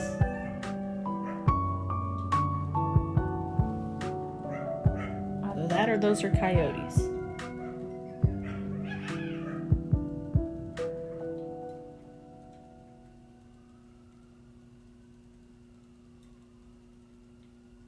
Okay, I guess they calmed down for a minute. Okay, sorry. You're not planning to use the spaceship to take us out of this protofield, right? It can break through even the most chaotic gravitational energy flux. A protofield might not stand a chance against it. Let's just try it and see. He flips several switches. One by one, faint blue lights illuminate. Traceback 2. Phyllis 1101, PLS, is now online. Philos. That name sounds familiar. It's my homeland. A place far away from here. You're telling me that just straight up? I silently repeat the name to myself and feel a strange sensation as it resounds in the depths of my heart. I pick up the papers next to him. The messy handwriting and symbols seem like they're from another universe. Backtracker's logbook. I cannot read that word. Coordinate parameters. Let me try it. Spatio-temporal coordinate parameters. I don't know if I said that right. You and Soren were both members of the Backtrackers? Yes. The image of the spaceship slowly loads onto a floating holographic screen. He scans the complex data line by line. Even though we called it a small group, there were quite a lot of us at one point. But after all this time, only a few of us remain. Basic spaceship inspection complete. Please enter your password and verify your identity. So you are capable of dying? Or am I wrong? I don't even freaking know. Xavier doesn't respond and continues to press certain buttons on the panel. Then he places his hand on one side of the screen. Your identity has been verified. It's been a long time, Captain. Captain, oh Christ. Prepare for departure. Understood. Commencing pre-flight checks. Aren't you going to ask me more questions? I don't know why she's not asking a bajillion more questions. You must have many more questions. I do. I won't hide anything. Just ask. Who the hell are you? I do have a lot, like... Who were the Backtrackers? Why did you come to this world? And where did the spaceship come from? However... You said everyone has secrets and motives. At the very least, I know you're not my enemy. That's all the assurance I need. Besides, now's not the time for long stories. Darn it, freaking MC!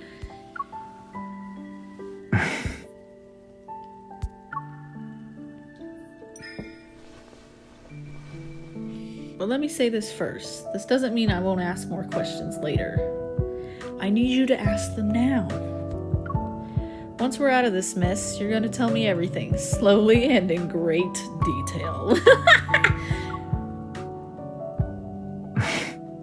I'm okay with that.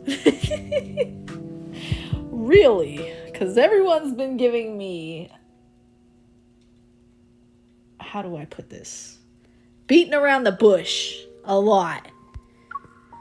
Satisfied, I nod. When I step back, my hand accidentally flips a switch.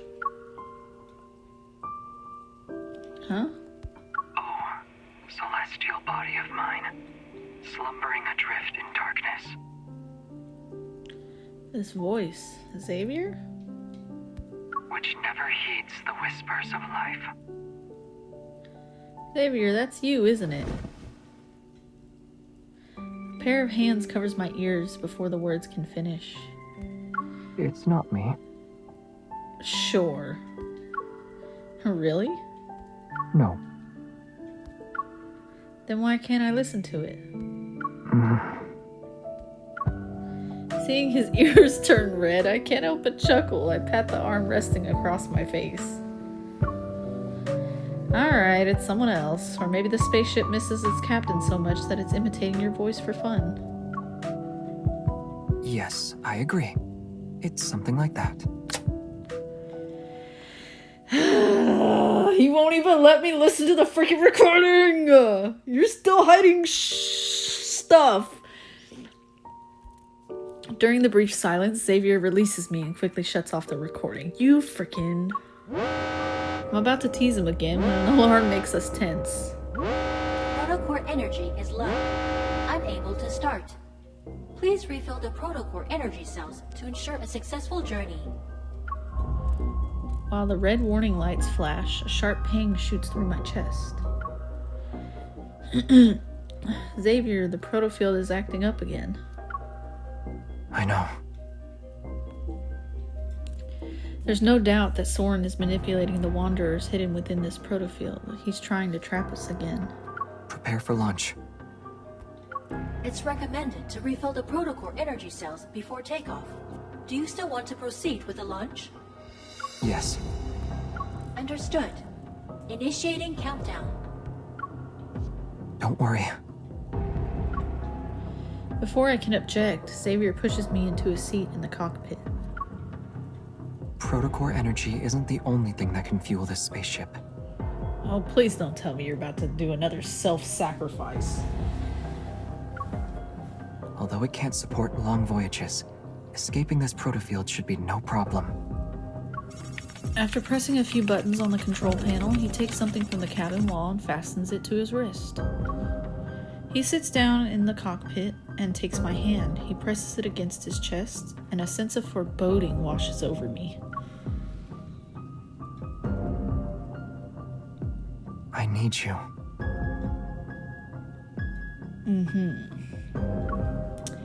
You're going to... Yeah, no sugar honey iced tea, bro. You're going to use your evol as fuel? No. I try to pull my hand away, but he tightly holds on to it. Don't even think about it. The protofield already drained your energy. You're not allowed to use your evol right now. It's very obvious that fueling this spaceship will be too much for him. It's not a big deal. You made it sound like a big deal earlier. Using evol as emergency fuel is actually one of this spaceship's unique features. In the past, evol came to our rescue during several crises. It enabled us to make safe emergency landings. Besides, I've got you here with me. You're aware of the changes an ether core can bring. With your current strength, you can resonate and enhance my evol, right? But... Only you have the power to help us safely leave the protofield. This whole protofield and metaflux and evol crap still makes no sense to me to this day.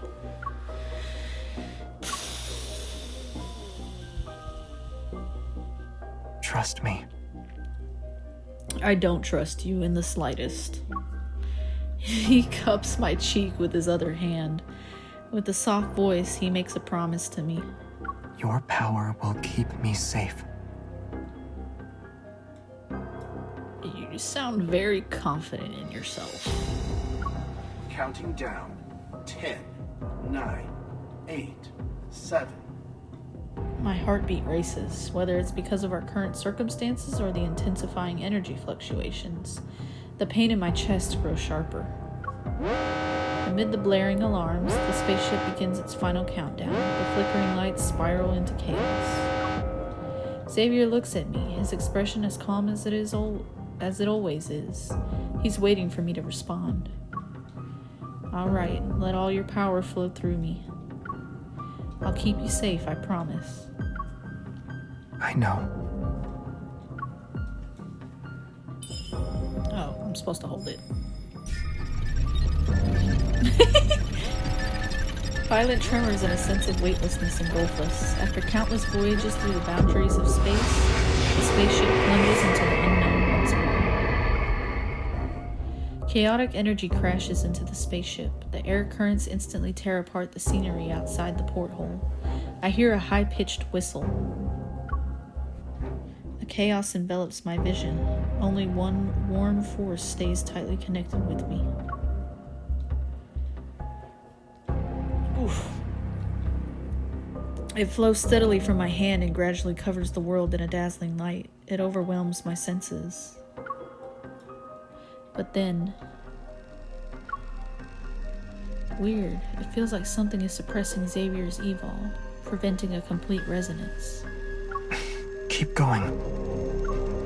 Xavier tightly presses my hand against his chest. Even in the blinding light, his gaze stays calm and gentle. I grit my teeth and forge the power into a sharp blade. Slowly but surely, it cuts through the invisible barrier along with the spaceship.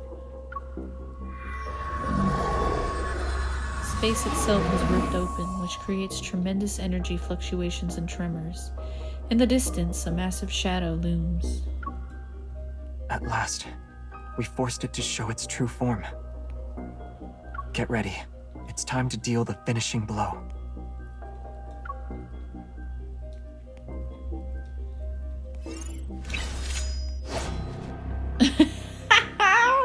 I forget you have to fight in these. Oh my gosh. Okay, I guess we're fighting. Okay, cool. Yeah, let's go. What are we fighting? This is the perfect opportunity to see if my swordsmanship has improved. Step back. Time. The enemies are weak. Now's our chance. Keep up the momentum. I'll show you. End it. Watch out. It's getting back up.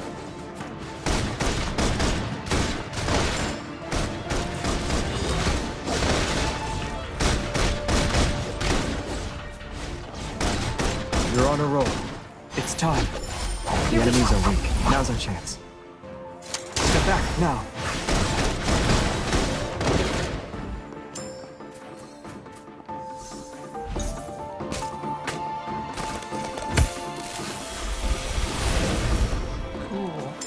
Be careful not to get hit.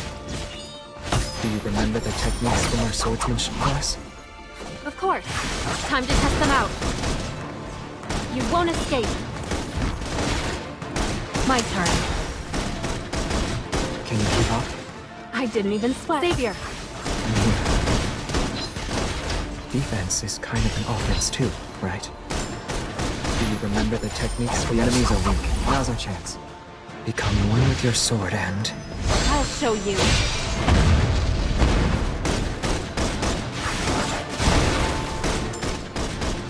Be careful not to get hit. Watch out. I wasn't worried. We did it! Cool.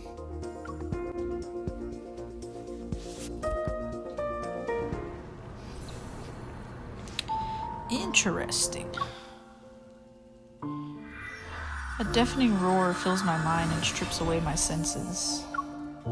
Suddenly, it's as if a rift splits the space. It ushers us into a burst of gentle light and fresh air. After several long seconds, the discomfort fades. I slowly open my eyes. Everything comes into focus, and there it is, the RMFMA, standing serenely just a couple meters away. We're back in the research center. My senses return to my body. I scramble to my feet and frantically search for Xavier. You're struggling to find me, huh? A familiar voice calls out from behind. I turn and see Xavier leaning against a nearby wall. A bright red light at his neck flickers a few times before settling down under my worried gaze. Yeah, what's the whole thing with the neck light? What is that going on? That light is flashing and you still want to crack a joke? I'm fine. Just a little tired. He opens his palm and hands me the ether core fragment. It glows a soft green. For its sake, sit with me for a bit. Nani?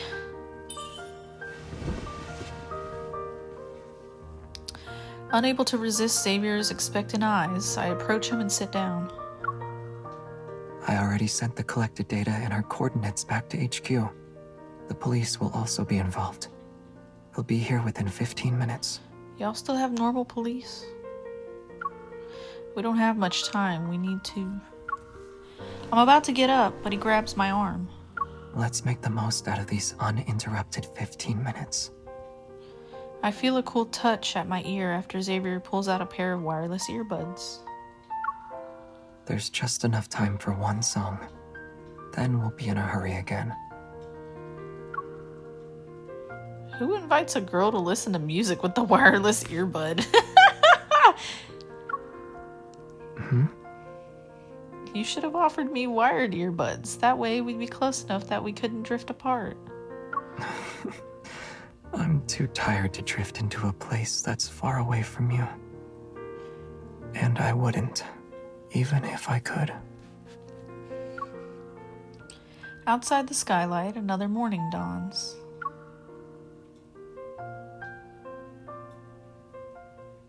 What about Soren? Ah, we're back at the apartment.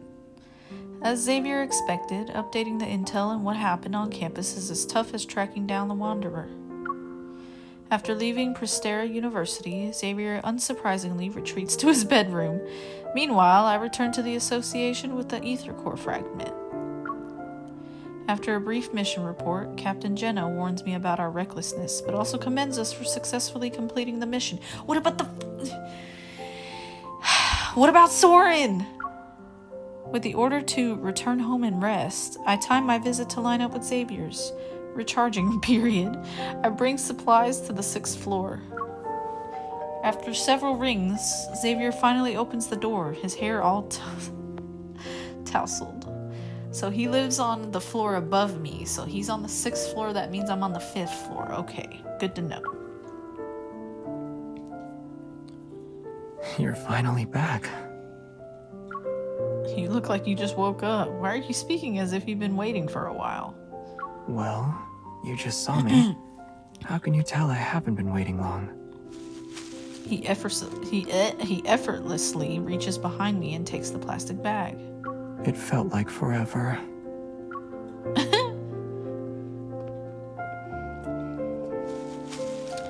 I slip on my slippers and head to the living room. Xavier is already intently unpacking the bag full of food next to the coffee table. He pulls out 2 food boxes from the plastic bag and removes their packaging. Is this from that store downstairs at the association? You went back there? You needed to recharge, so someone had to return that ether core fragment, right? Right. Thanks, partner. Oh, Captain Jenna wanted me to relay a message to you. What is it? With mashed potatoes still in his mouth. Dude's like, I'm just gonna go ahead and start eating. You keep talking. With mashed potatoes still in his mouth, Xavier looks up while the spoon is held between his lips. It's a warning. She said if you deliberately put her team member in danger again, she won't let you off the hook. Got it. I'll remind her about settling the other 5 verbal warnings she gave me. In that brief silence, Xavier lowers his gaze and eats his mashed potatoes one spoonful at a time. Did Prestara University say anything? Good question. Surveillance and witness protection are ongoing, but we still haven't found Soren. Ah, he disappeared, I see. If we haven't found him by now, chances are we never will. He casually talks about it, but his words carry a mixture of indiscernible emotions. I decide not to dwell on it. You don't know where he's gone either? Nope. As I reflect upon everything, the vague, tangled clues pile up and cast a large shadow behind the clear image of Soren. Getting out of this precarious situation unscathed isn't something he could accomplish on his own. Only a few groups could pull that off. Who's supporting him? After finishing a box of mashed potatoes, Xavier retrieves a stack of documents in a sealed bag from under the coffee table. Inside the sealed bag is a tiny button-sized device. I can't help but pick it up. What is this? Ulysses found it at the research center. He urgently sent it over. Initial tests show it has a radio frequency chip that can resonate with metaflux fluctuations. So is this little thing the culprit behind the RMFMA's malfunction and even the tool Soren used to lure in the Wanderer? Yes. The room falls silent again. I follow the train of my thoughts and speak up. Can you also use that device to recreate a plane of existence and overlap it with reality? You mentioned earlier that this is something only your people know about. That's right. But you know I don't like illusion stuff. Yeah, you be playing mind games with me, don't you? Xavier calmly Okay, I had to read that. Xavier calmly says. I nod and put the sealed bag back onto the table. Who can help him make that? Xavier doesn't respond immediately. Instead, he pushes the stack of documents toward me. Here's the latest analysis and theories based on what we know. It includes a list of groups with similar tech. Go through it, and you'll come to your own conclusions. Let me guess, it has to do with Ever. As always, Xavier doesn't explain. It's as if he's already at the finish line with the answers. He's quietly waiting to see if I'll join him or choose a different path. However, I'm not content with following his lead this time. I place my hand over his and stop the documents he's pushing toward me in their tracks. I'll read these later. Xavier, I'd rather trust what you have to say right now. After a brief pause, Xavier purses his lips and finally meets my intense gaze. It's Ever. I motherfucking knew it! Ever. Some of the backtrackers are also involved. They know everything you know, and they've had their eyes on you for some time, right? Yes. So, I'm starting to learn that this Ever group is somehow very important in regards to all of the guys' stories. But I don't fully know how or why. That makes them our common enemy then. Outside, the leaves rustle as the wind slips in through the gap in the window. The curtains flutter. My shadow merges with Xavier's, and it feels like the impenetrable door in his heart has opened slightly. This time, we're finally standing on the same side.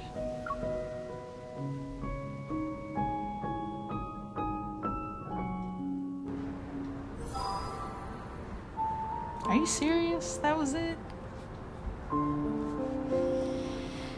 Well, that was severely underwhelming, in my opinion. I know there's more of them. Am I right? Yeah, I already did Zane's and Raphael's. I wonder if Silas is gonna have one, but somehow, some way, I'm not sure he will. What was this one? I just want to look, because I legitimately don't remember going through these. You know what? Hang on. Let's go to this one.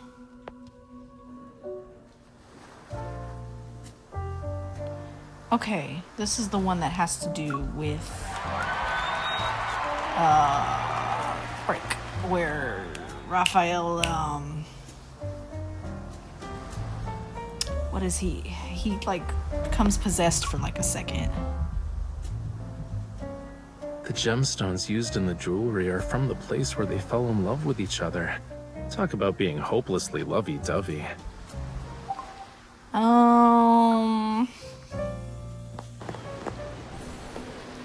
Is it 10?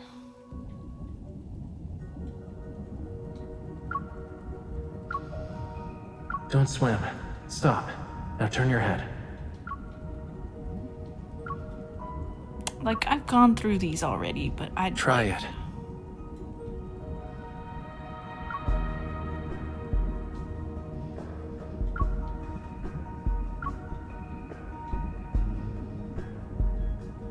Do you also want to see if your tears can turn into pearls? This game confuses me so much. The tide is rising. Come on, let's find my treasure. Only the undercurrent beneath the high tide and the tiniest fish know its location. I don't think it's this one.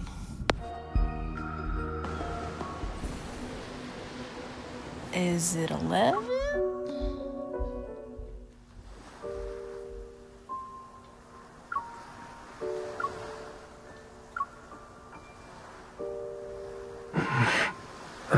It is 11, I think. Yeah.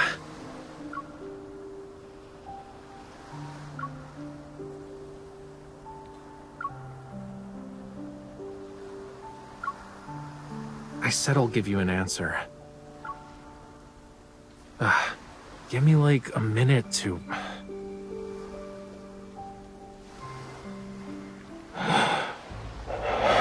Yeah, this is his memory thing.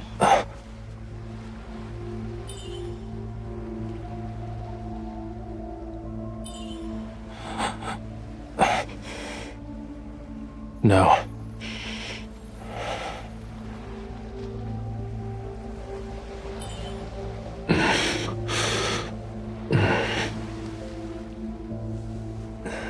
This couldn't be considered gentle.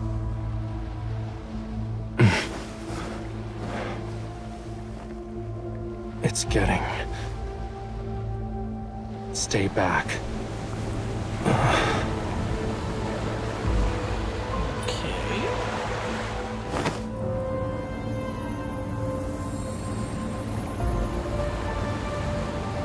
Dude's possessed now.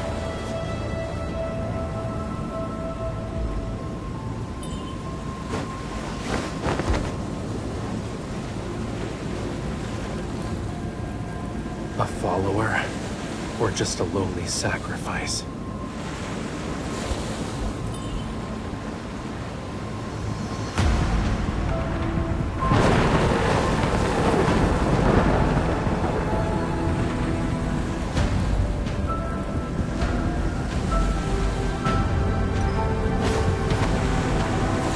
Death, when the storm surges from the deep sea. The sea god awakens. I have no need for traitors.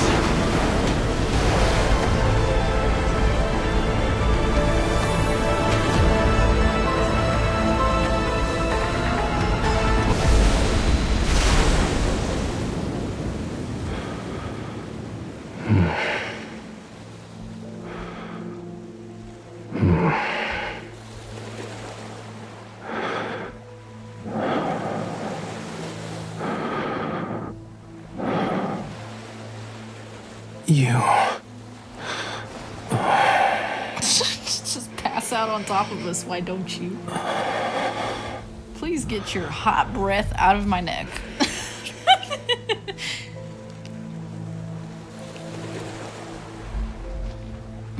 Yep. Okay, so that's Raphael's moment. Do you know who I am, Raphael? Of course. Really? Because you forgot for like a good minute there.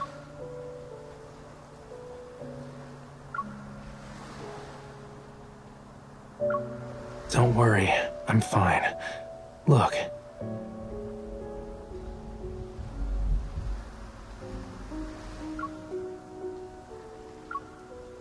I think it was embedded in the tome. I was drawn to its power.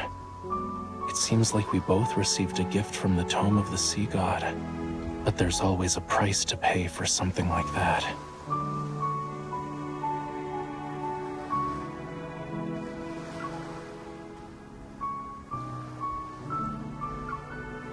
The dead deep sea and the sea god's power have been awakened. And since I accepted its power, I must answer its call. Even if certain futures have a predetermined end, I can't refuse.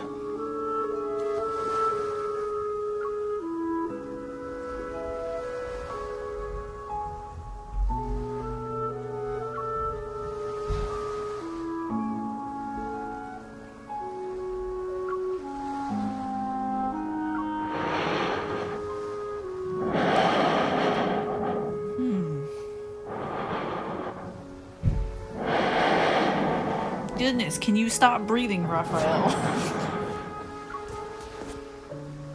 I'm trying to think about what these stories imply, because I'm not gonna lie, I don't get it fully.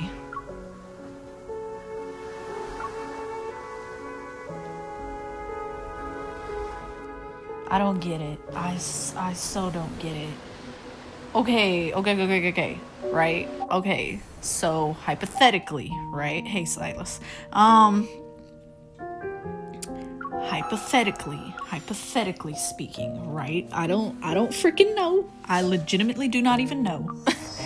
So, in fact, let's not use Silas. Let's use Raphael.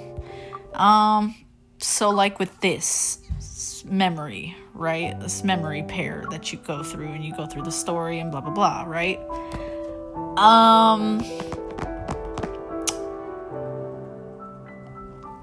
From what I'm getting is that all of these myth memories are like kind of in the past, right? Like they're not necessarily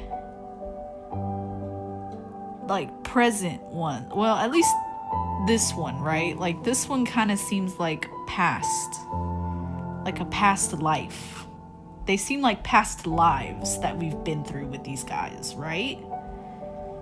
That's my guess, right? So this is like a past me or a past MC and a past Raphael that existed a while ago, right? Probably maybe sort of same with this one, if I'm guessing, but like these are like past lives, right? Of us interacting with whichever of the guys, right? So like this is a past life with him as like an assassin looking dude, and then this is him dressed up with I don't even know whatever, different past life, right? Makes sense. Okay, say with Zane, this is a past life, right? That we I guess shared memories with, right? And then eventually, same with this one, right? That's my guess, right? Xavier, right? Past life, right? Twilight's Dawn, past life, right? How do I know? They could be like, this one could be like a past life, and then this one could be like, I don't know, like present kind of life? I don't even freaking know at this point.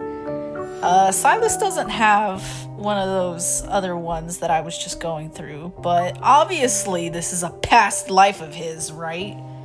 That makes sense.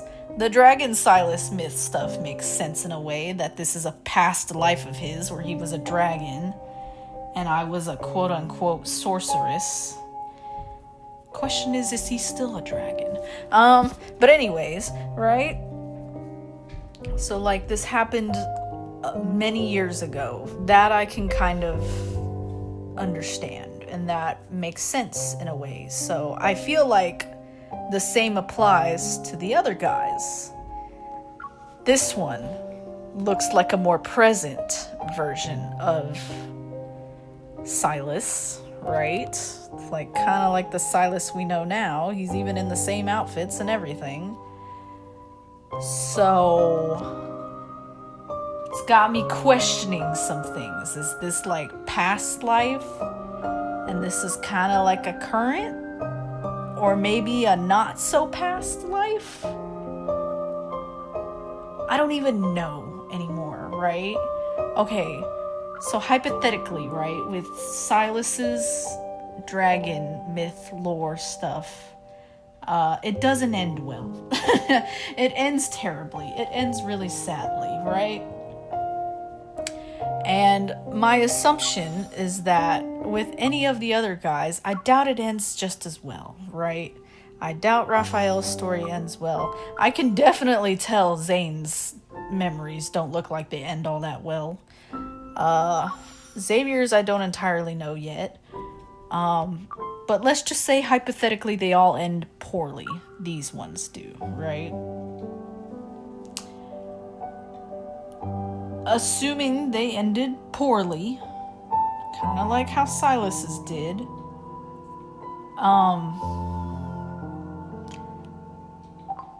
past lives, right? Past lives ended poorly, you know, stuff happens. If that's the case, are these little investigation branches, like, obviously they're kind of with our current lives, right? Like with current MC, current Raphael, Zane, or Xavier in Lincoln City kind of stuff, right? Because I went through this one too with Zane, which I don't think I have this memory of his. If I'm being honest. You know what? Now I kind of want to see Zane. Yeah, I don't think I have that 5-star memory of his. But I think it wasn't until this game, or like, I got into the game later, and when I first got into the game, either the Zane memory had already passed by, or I missed it. And that's why I don't, because I have the memory for Raphael,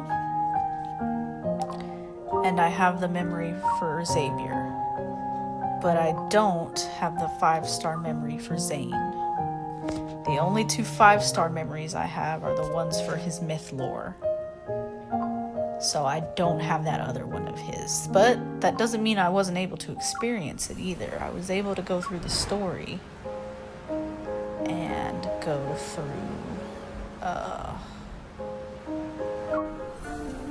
this,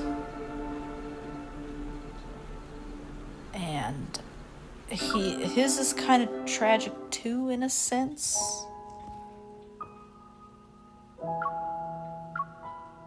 I don't know at what point. Like, we're in like some kind of nightmare thing. You're my hunter escort, correct? Protecting you was protecting myself. And after subjecting you to a distressing dream, ensuring you can leave safely is the least I should do. What if the Wanderer wasn't the only source of danger. You've seen how bleak and oppressive this dream is. As you said, it's not exactly being nice to me. So is this like current... Perhaps the dream itself is the real threat here. Are we like stuck in a loop? Is that what this is? Like, in a way... Okay, here's the funny thing. Silas retains his memories from his dragon days, right?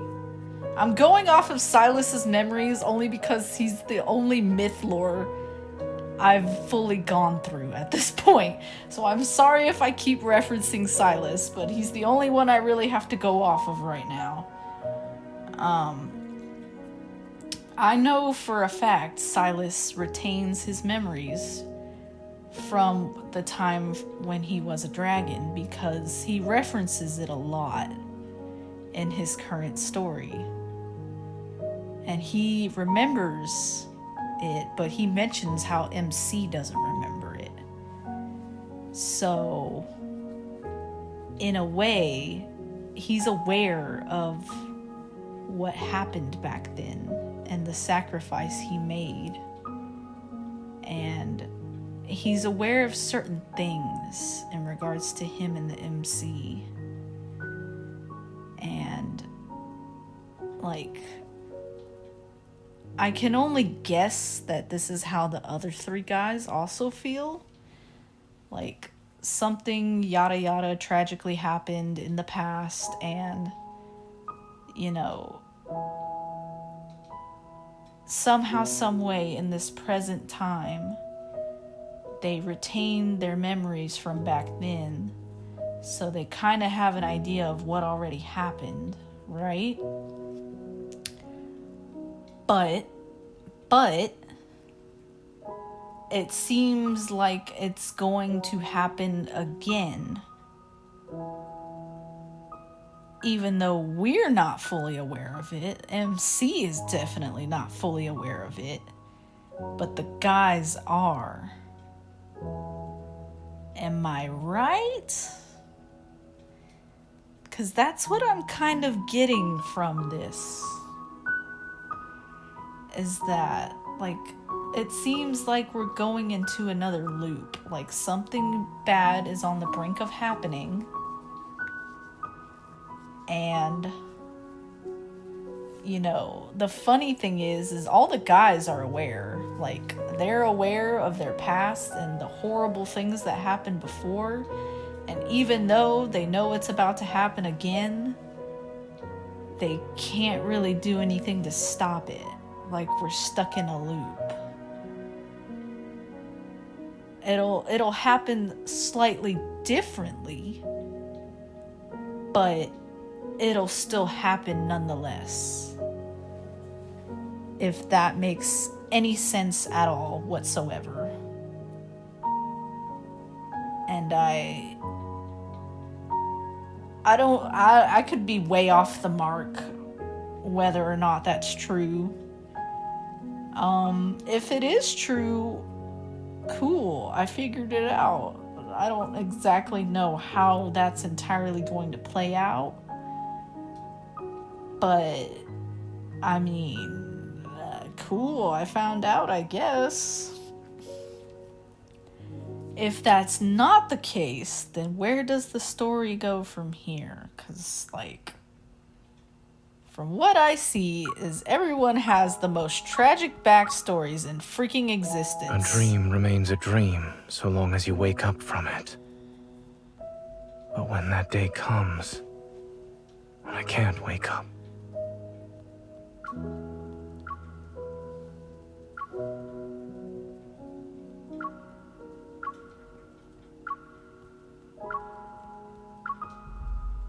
what? I am trying to see if I can find that I freaking see your memory. problem.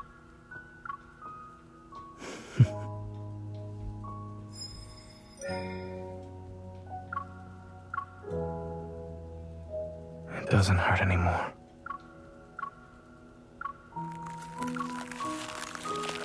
You get two. As an escort, you were very professional while on the job. This is your reward, since I have nothing else to give you. Do you trust me now? I don't trust any of you guys at this point. Like, I'm so confused.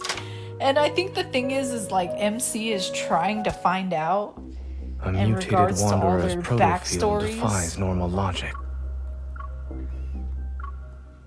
Negative consequence. Hang on, let me go through this. We have no... Yep, keep talking, Zane. Are you ready? Freaking talking, yes.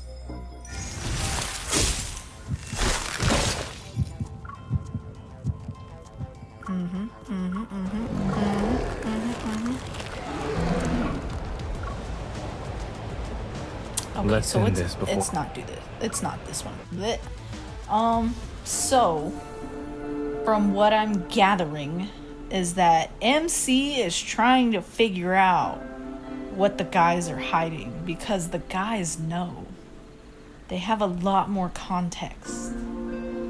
And somehow, some way, MC has forgotten every single one of them, and their backstories, and their past lives together, and everything. She does not retain a single freaking memory, but she gets flashes of them, and she starts to question them. And in turn, she starts to question the guys, right? But the guys don't want to tell her because they're scared once she finds out that, like, she'll know how bad this ends, right? Is that what I'm getting at? Am I predicting this, like, I know in a very vague way, but like semi-correctly? I feel like that's where the story's going for all four of them, just in different ways. I don't even freaking know.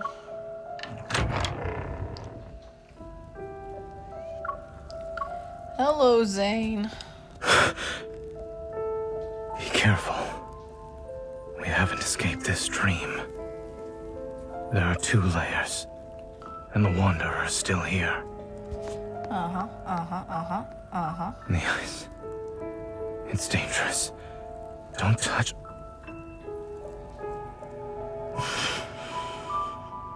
It's too dangerous. See, you start to hear random voices in your head too. I won't be able to control. Leave. Now.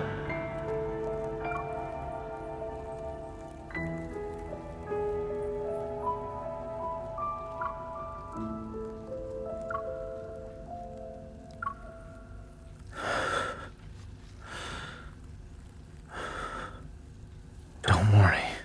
I'm fine. It was just... And see, they all look like they're in freaking pain in each one of these scenes.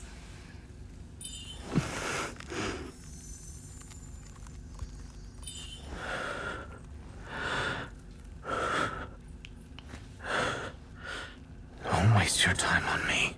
We can still go after her.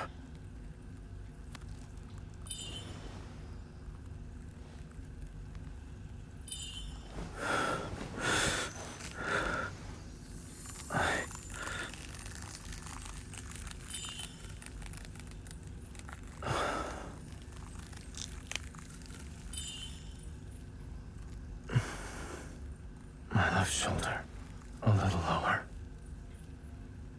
Okay.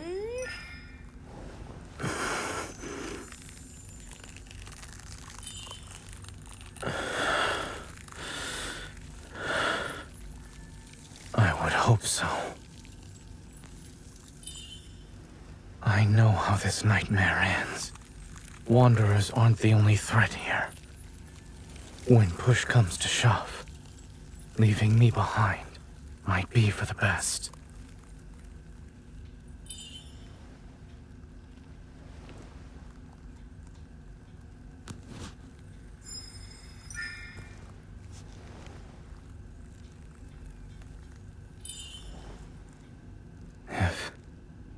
If I do something that ends up hurting you, don't go easy on me.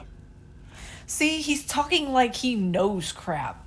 Like, it's these kinds of scenes where it's like, you know some stuff. You know how this ends. You know what happens because you've done it in a past life before. And yet you decide to stay vague about it.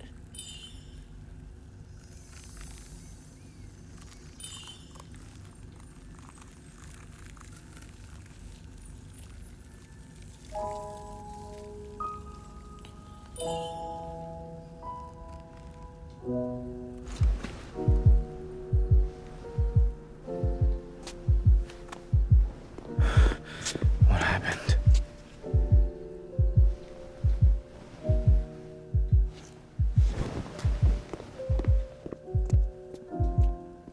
I don't know how we went from one place to the other, but okay.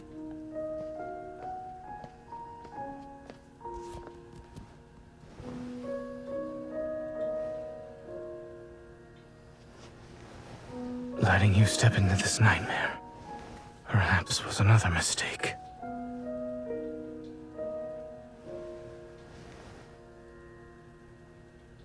But at least I have one last choice.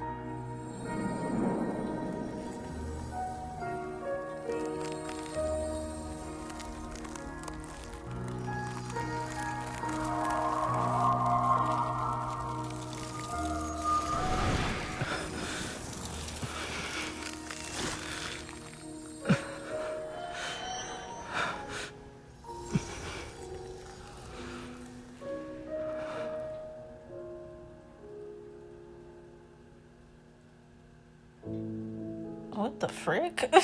What the hell just happened? Oh my gosh.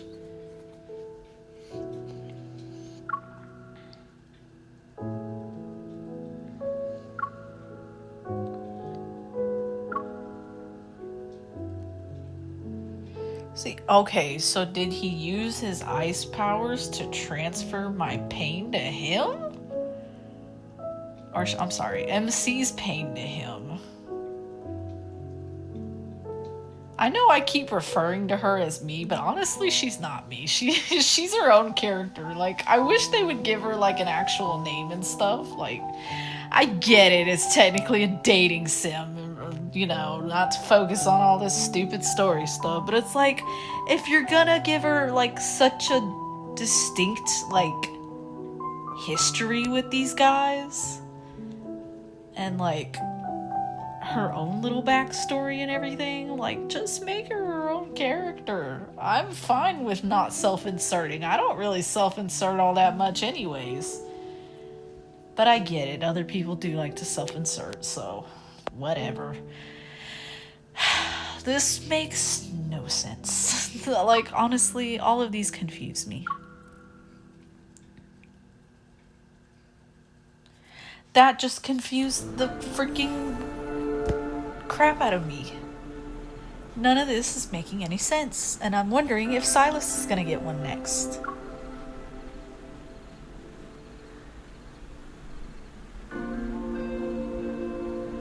Huh.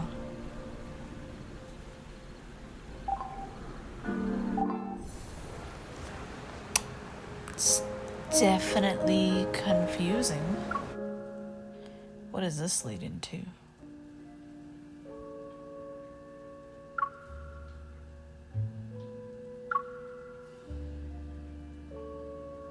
Our positions aside, Ever's technological advancements are pretty impressive. That's what Simone looks like. Okay.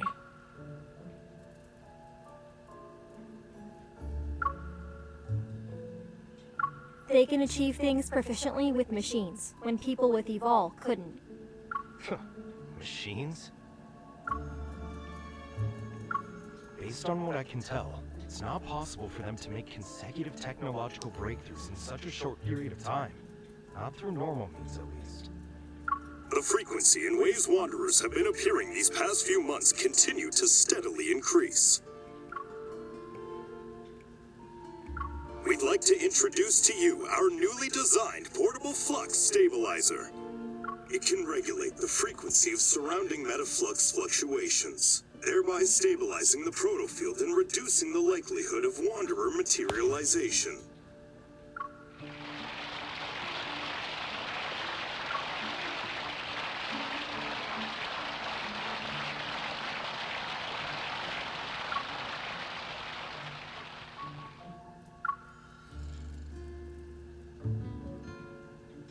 Did I read this before? I don't remember reading this.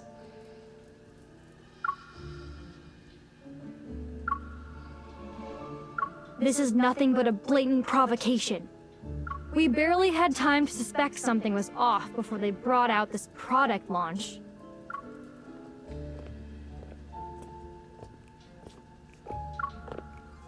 That's unlikely to happen.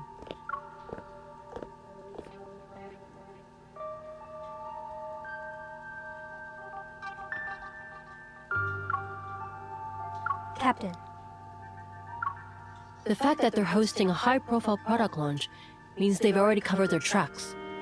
They wouldn't take this risk if there were a possibility of us finding incriminating evidence. The analysis report for the previous fragments has just come out. Let's take a look.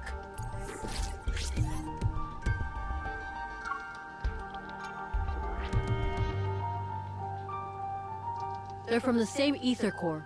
Based on its characteristics, we're officially naming it Spatium Core. Now we're just adding more names to these stupid cores, bro. First we got proto cores, then we got beta, alpha, and omega proto cores, then we got ether cores, now we got freaking Spatium Core, bro. What the fudge?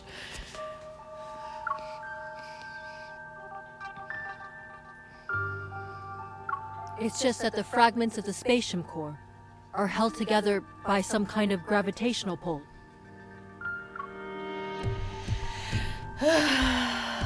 I'm losing my mind with the freaking logic of this game. Right here, one fragment is missing.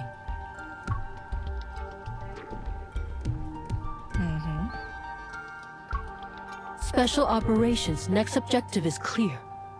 We must recover this crucial ether core fragment before further complications arise.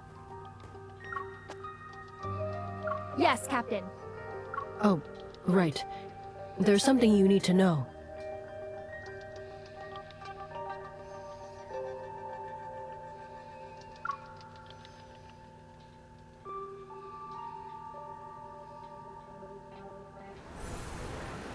Oh, shoot.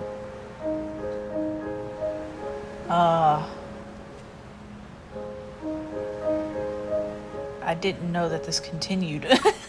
I was getting ready to call it quits. When only we remain in the meeting room, Jenna pauses before activating her watch. There's more. I couldn't talk about it during the meeting. But it's something you need to know. What, that I'm special? No duh.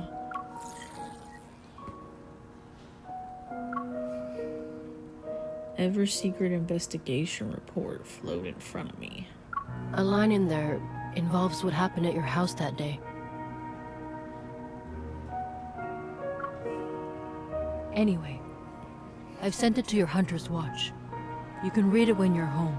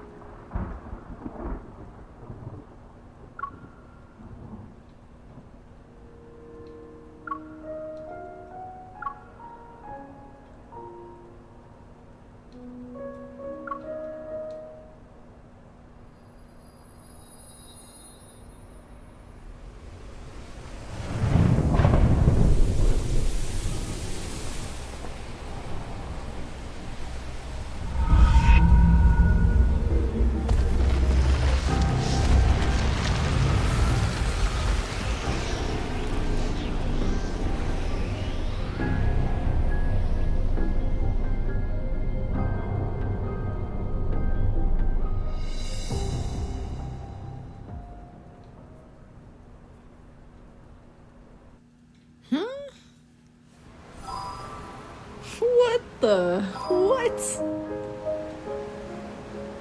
I'm sorry. What? I've seen that eye before, but I don't remember what part of the story that's in. Oh goodness. Oh, the plot thickens. Oh my gosh. I'm so freaking confused. These devs sure are being very vague in regards to all the guys' stories, which I guess gives them time to release more stuff in time. So, you know, cool. Cool, I guess. It's not like I wanted... Oh yeah, sure, let's do some dragon fights. Why not? I will totally dragon fight. It's gonna last like... Entertaining as it is, it's still not enough. It's gonna last like 10 seconds. Doomsday? See, that already took him out. My turn. Silas. It can't escape. Stay on your toes. It's changing how it attacks. Since we finished our warm-up. The rest of the time belongs to us. Yo, you know what's cool? Silas attacks with his tail. Like, that to me is so neat.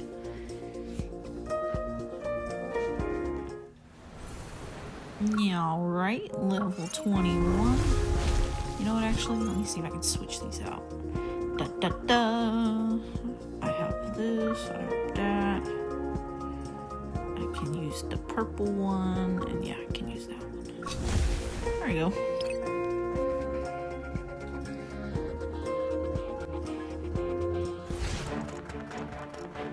Entertaining as it is, it's still not enough.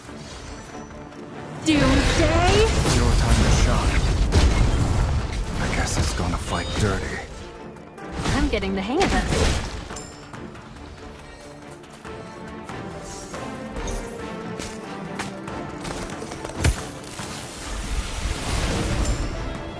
Doomsday? Descends. Dang, that nearly took it out. Oh my gosh, I'm OP right now. The rest of the time belongs to us. That was funny. I literally gave it one special attack. Ah, coming soon. I see. We've got more story to uncover. I think that is the last of the main story. Yeah, because you have all 8 of these chapters, which is between the 3 main guys, right? Because that's before Silas was released. Because Silas didn't get introduced into the game until later. And this is between, like Xavier, Raphael, and Zane, and how they're trying to help me get into the N109 zone. And then Silas is announced, and we make it into the N109 zone. And that happens, and then this is kind of like certain things that happen with the 3 main guys. So my question is, is like the main story stuff gonna be more Silas focused next? Even though we did just get his myth lore stuff? Right? Am I right or am I wrong? Because technically Zane and Xavier are supposed to get... Well, I think we're supposed to be able to get a free 5-star Zane memory. And then Xavier gets a wish added to the wish pool temporarily that we get to use, right? Or that we have the potential of pulling. But I don't know, right? Like, I legitimately do not know. Ooh, I have enough for one of these 5-star memories. Ah, this is it, right? View memory? Yeah. I see. So I could technically still buy it if I wanted to. Yeah, because it has Xavier's. I mean, I'm sorry, Raphael's one in here. What about Xavier's isn't in here yet? That's interesting. And you can also buy 4-star memories. I kind of want to get this one. Because here's the funny thing, guys. In Dragon Silas myth lore, we're the ones who tell him about the organ to sing a song with. And he remembers that to this day, and that's why he learned how to play the frickin' organ. Dude is so head over heels for us. What is this one? Cute.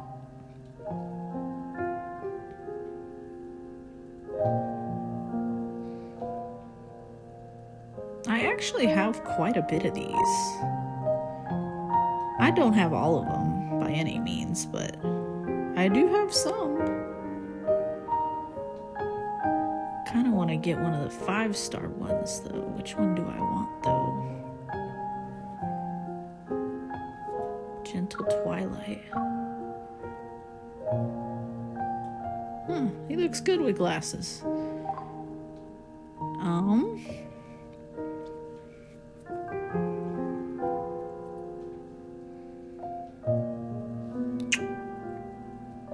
I mean, I don't really have a lot of options. I mean, I do. I'm not saying I don't. That's a nice looking one. Okay, yeah, there's that one. I do have the Blossoms one. Okay, there's that one. What's this one? Huh.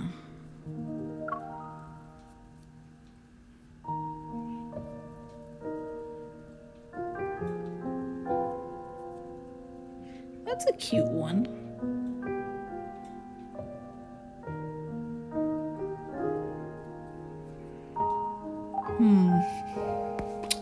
Choices.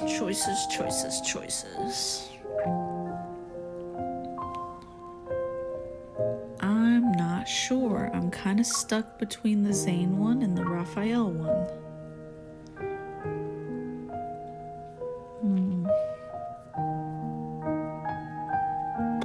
I think I'm gonna go with the Zane one for now because the color that it has on it, which is red, or I'm sorry, ruby. I didn't even know these things had names. When memory Stellictrum and protofield Stellictrum are aligned, resonance skills can break 2 protocore shield layers in a single strike.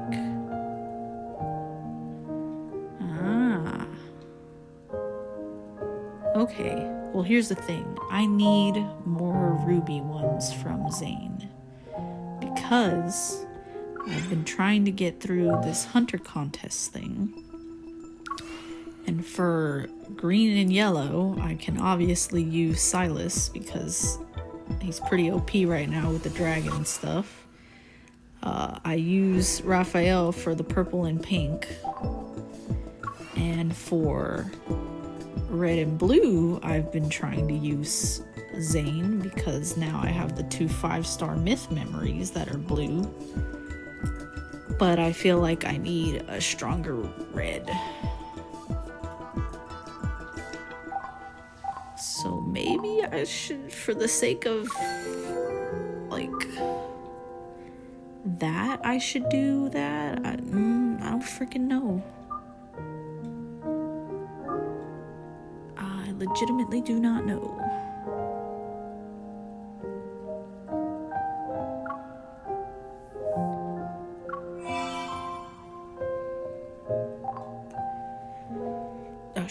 That's why I was there. Maybe I'll just go with it. That way I have all three of the main memories, right? For the three main guys. Makes sense. Oh, look at that. My affinity went up. Ah, look at that. He's calling me. What's up? Can't pick up the phone? I wonder why you're so busy. Let me guess, you were practicing shooting. Did you get your intel from an insider? No, I saw Grayson and Yvonne's moments. Culture, health, fight, strive. The 46th annual Axel Hospital Field Day is about to start. Field Day? You're very enthusiastic. Are you one of the ambassadors? Just wanted to know more about your work life, but why did you sign up for shooting? You definitely have an insider. Anyway, it's a new hobby of mine. Why are you asking? Shooting as in like shooting arrows, or as in learning how to shoot with a gun? Really? I don't remember you mentioning it before. Actually, no one signed up. They did a raffle and pulled my name. I've only done it once or twice, so to speak. It's not really a hobby. Okay. Could you what?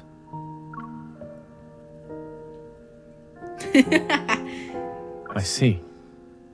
How good is this instructor? Pretty confident in my marksmanship skills. You're pretty confident. Yeah, I don't know. MC gets bold sometimes, like out of nowhere. So do you not want me to teach you, Dr. Zane? Now you're putting words in my mouth. It's decided then. I'm going to create a lesson plan specifically for you. What exactly are my learning objectives in these lessons of yours? It's a secret for now, but I will say that I do charge a fee. The third place prize, the sports watch, looks good. Mine has been broken for a while, and I still haven't gotten it replaced. If I'm not mistaken, it's a men's designer watch. You think that'll stop us, girls? Shoot, I've been wearing a guy's jacket not too long ago. As in, like, I bought myself the jacket. I'm not seeing anyone. I've been wanting to try out more gender-neutral style lately. Is that a problem? Never mind. Then let's begin our... I can't freaking talk. Then let's begin our lessons today. I hope Zane, my dear pupil, won't be late, won't leave early, pay attention during class, and excel in his studies. Whatever you say. Yeah. However, since someone's been asking about what camera to get for a beginner, I'll try my best to get first place. How do you know that? You aren't the only one with an insider. That's another thing. These guys like to spy on us. They are stalkers. All four of them. To the max. All four of them. Even Silas is a freaking stalker. Because the moment we first meet up with Luke and Kieran, they start talking about the nest, which we were in before, and how we got kidnapped and stuff. And it's like, guys. How the frick did y'all know all this? You've been stalking me! Okay, can I get this? Yes.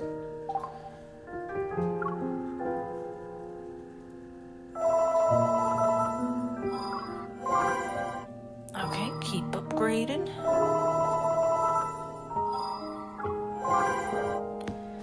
Alrighty, got the remainder of that. Ooh, 50. That's a lot.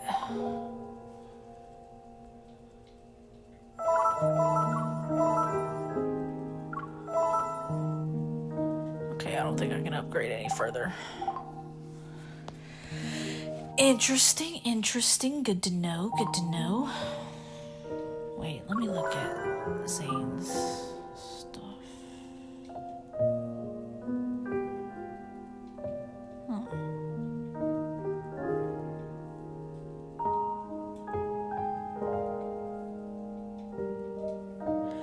Okay, how many 5 stars do I have of Xavier? 2. And Zane now I have 3. Raphael I have almost 6. I have 5. And Silas I have 6. Interesting. Huh. Well. I don't know whether my story predictions are correct or not. I could be way off the mark. But I'd figured I'd throw my 2 cents out there. And also, I did want to continue Silas's dragon stuff, but I think I'm gonna have to leave that for another time because it's kind of late. And I've been going at this for a little bit, but we'll continue it next time. I'll probably start it all the way over because, like I said, the audio issues and lost my footage anyways, so no problem with going into it again. So until then, I am going to leave it here, and I hope you guys enjoyed my theories, and I want to hear your thoughts on what's this story, what you think is going on in the story, and how you think it's going to continue. So I'll leave it at that, and thank you guys for watching, and I'll talk to you later. Bye.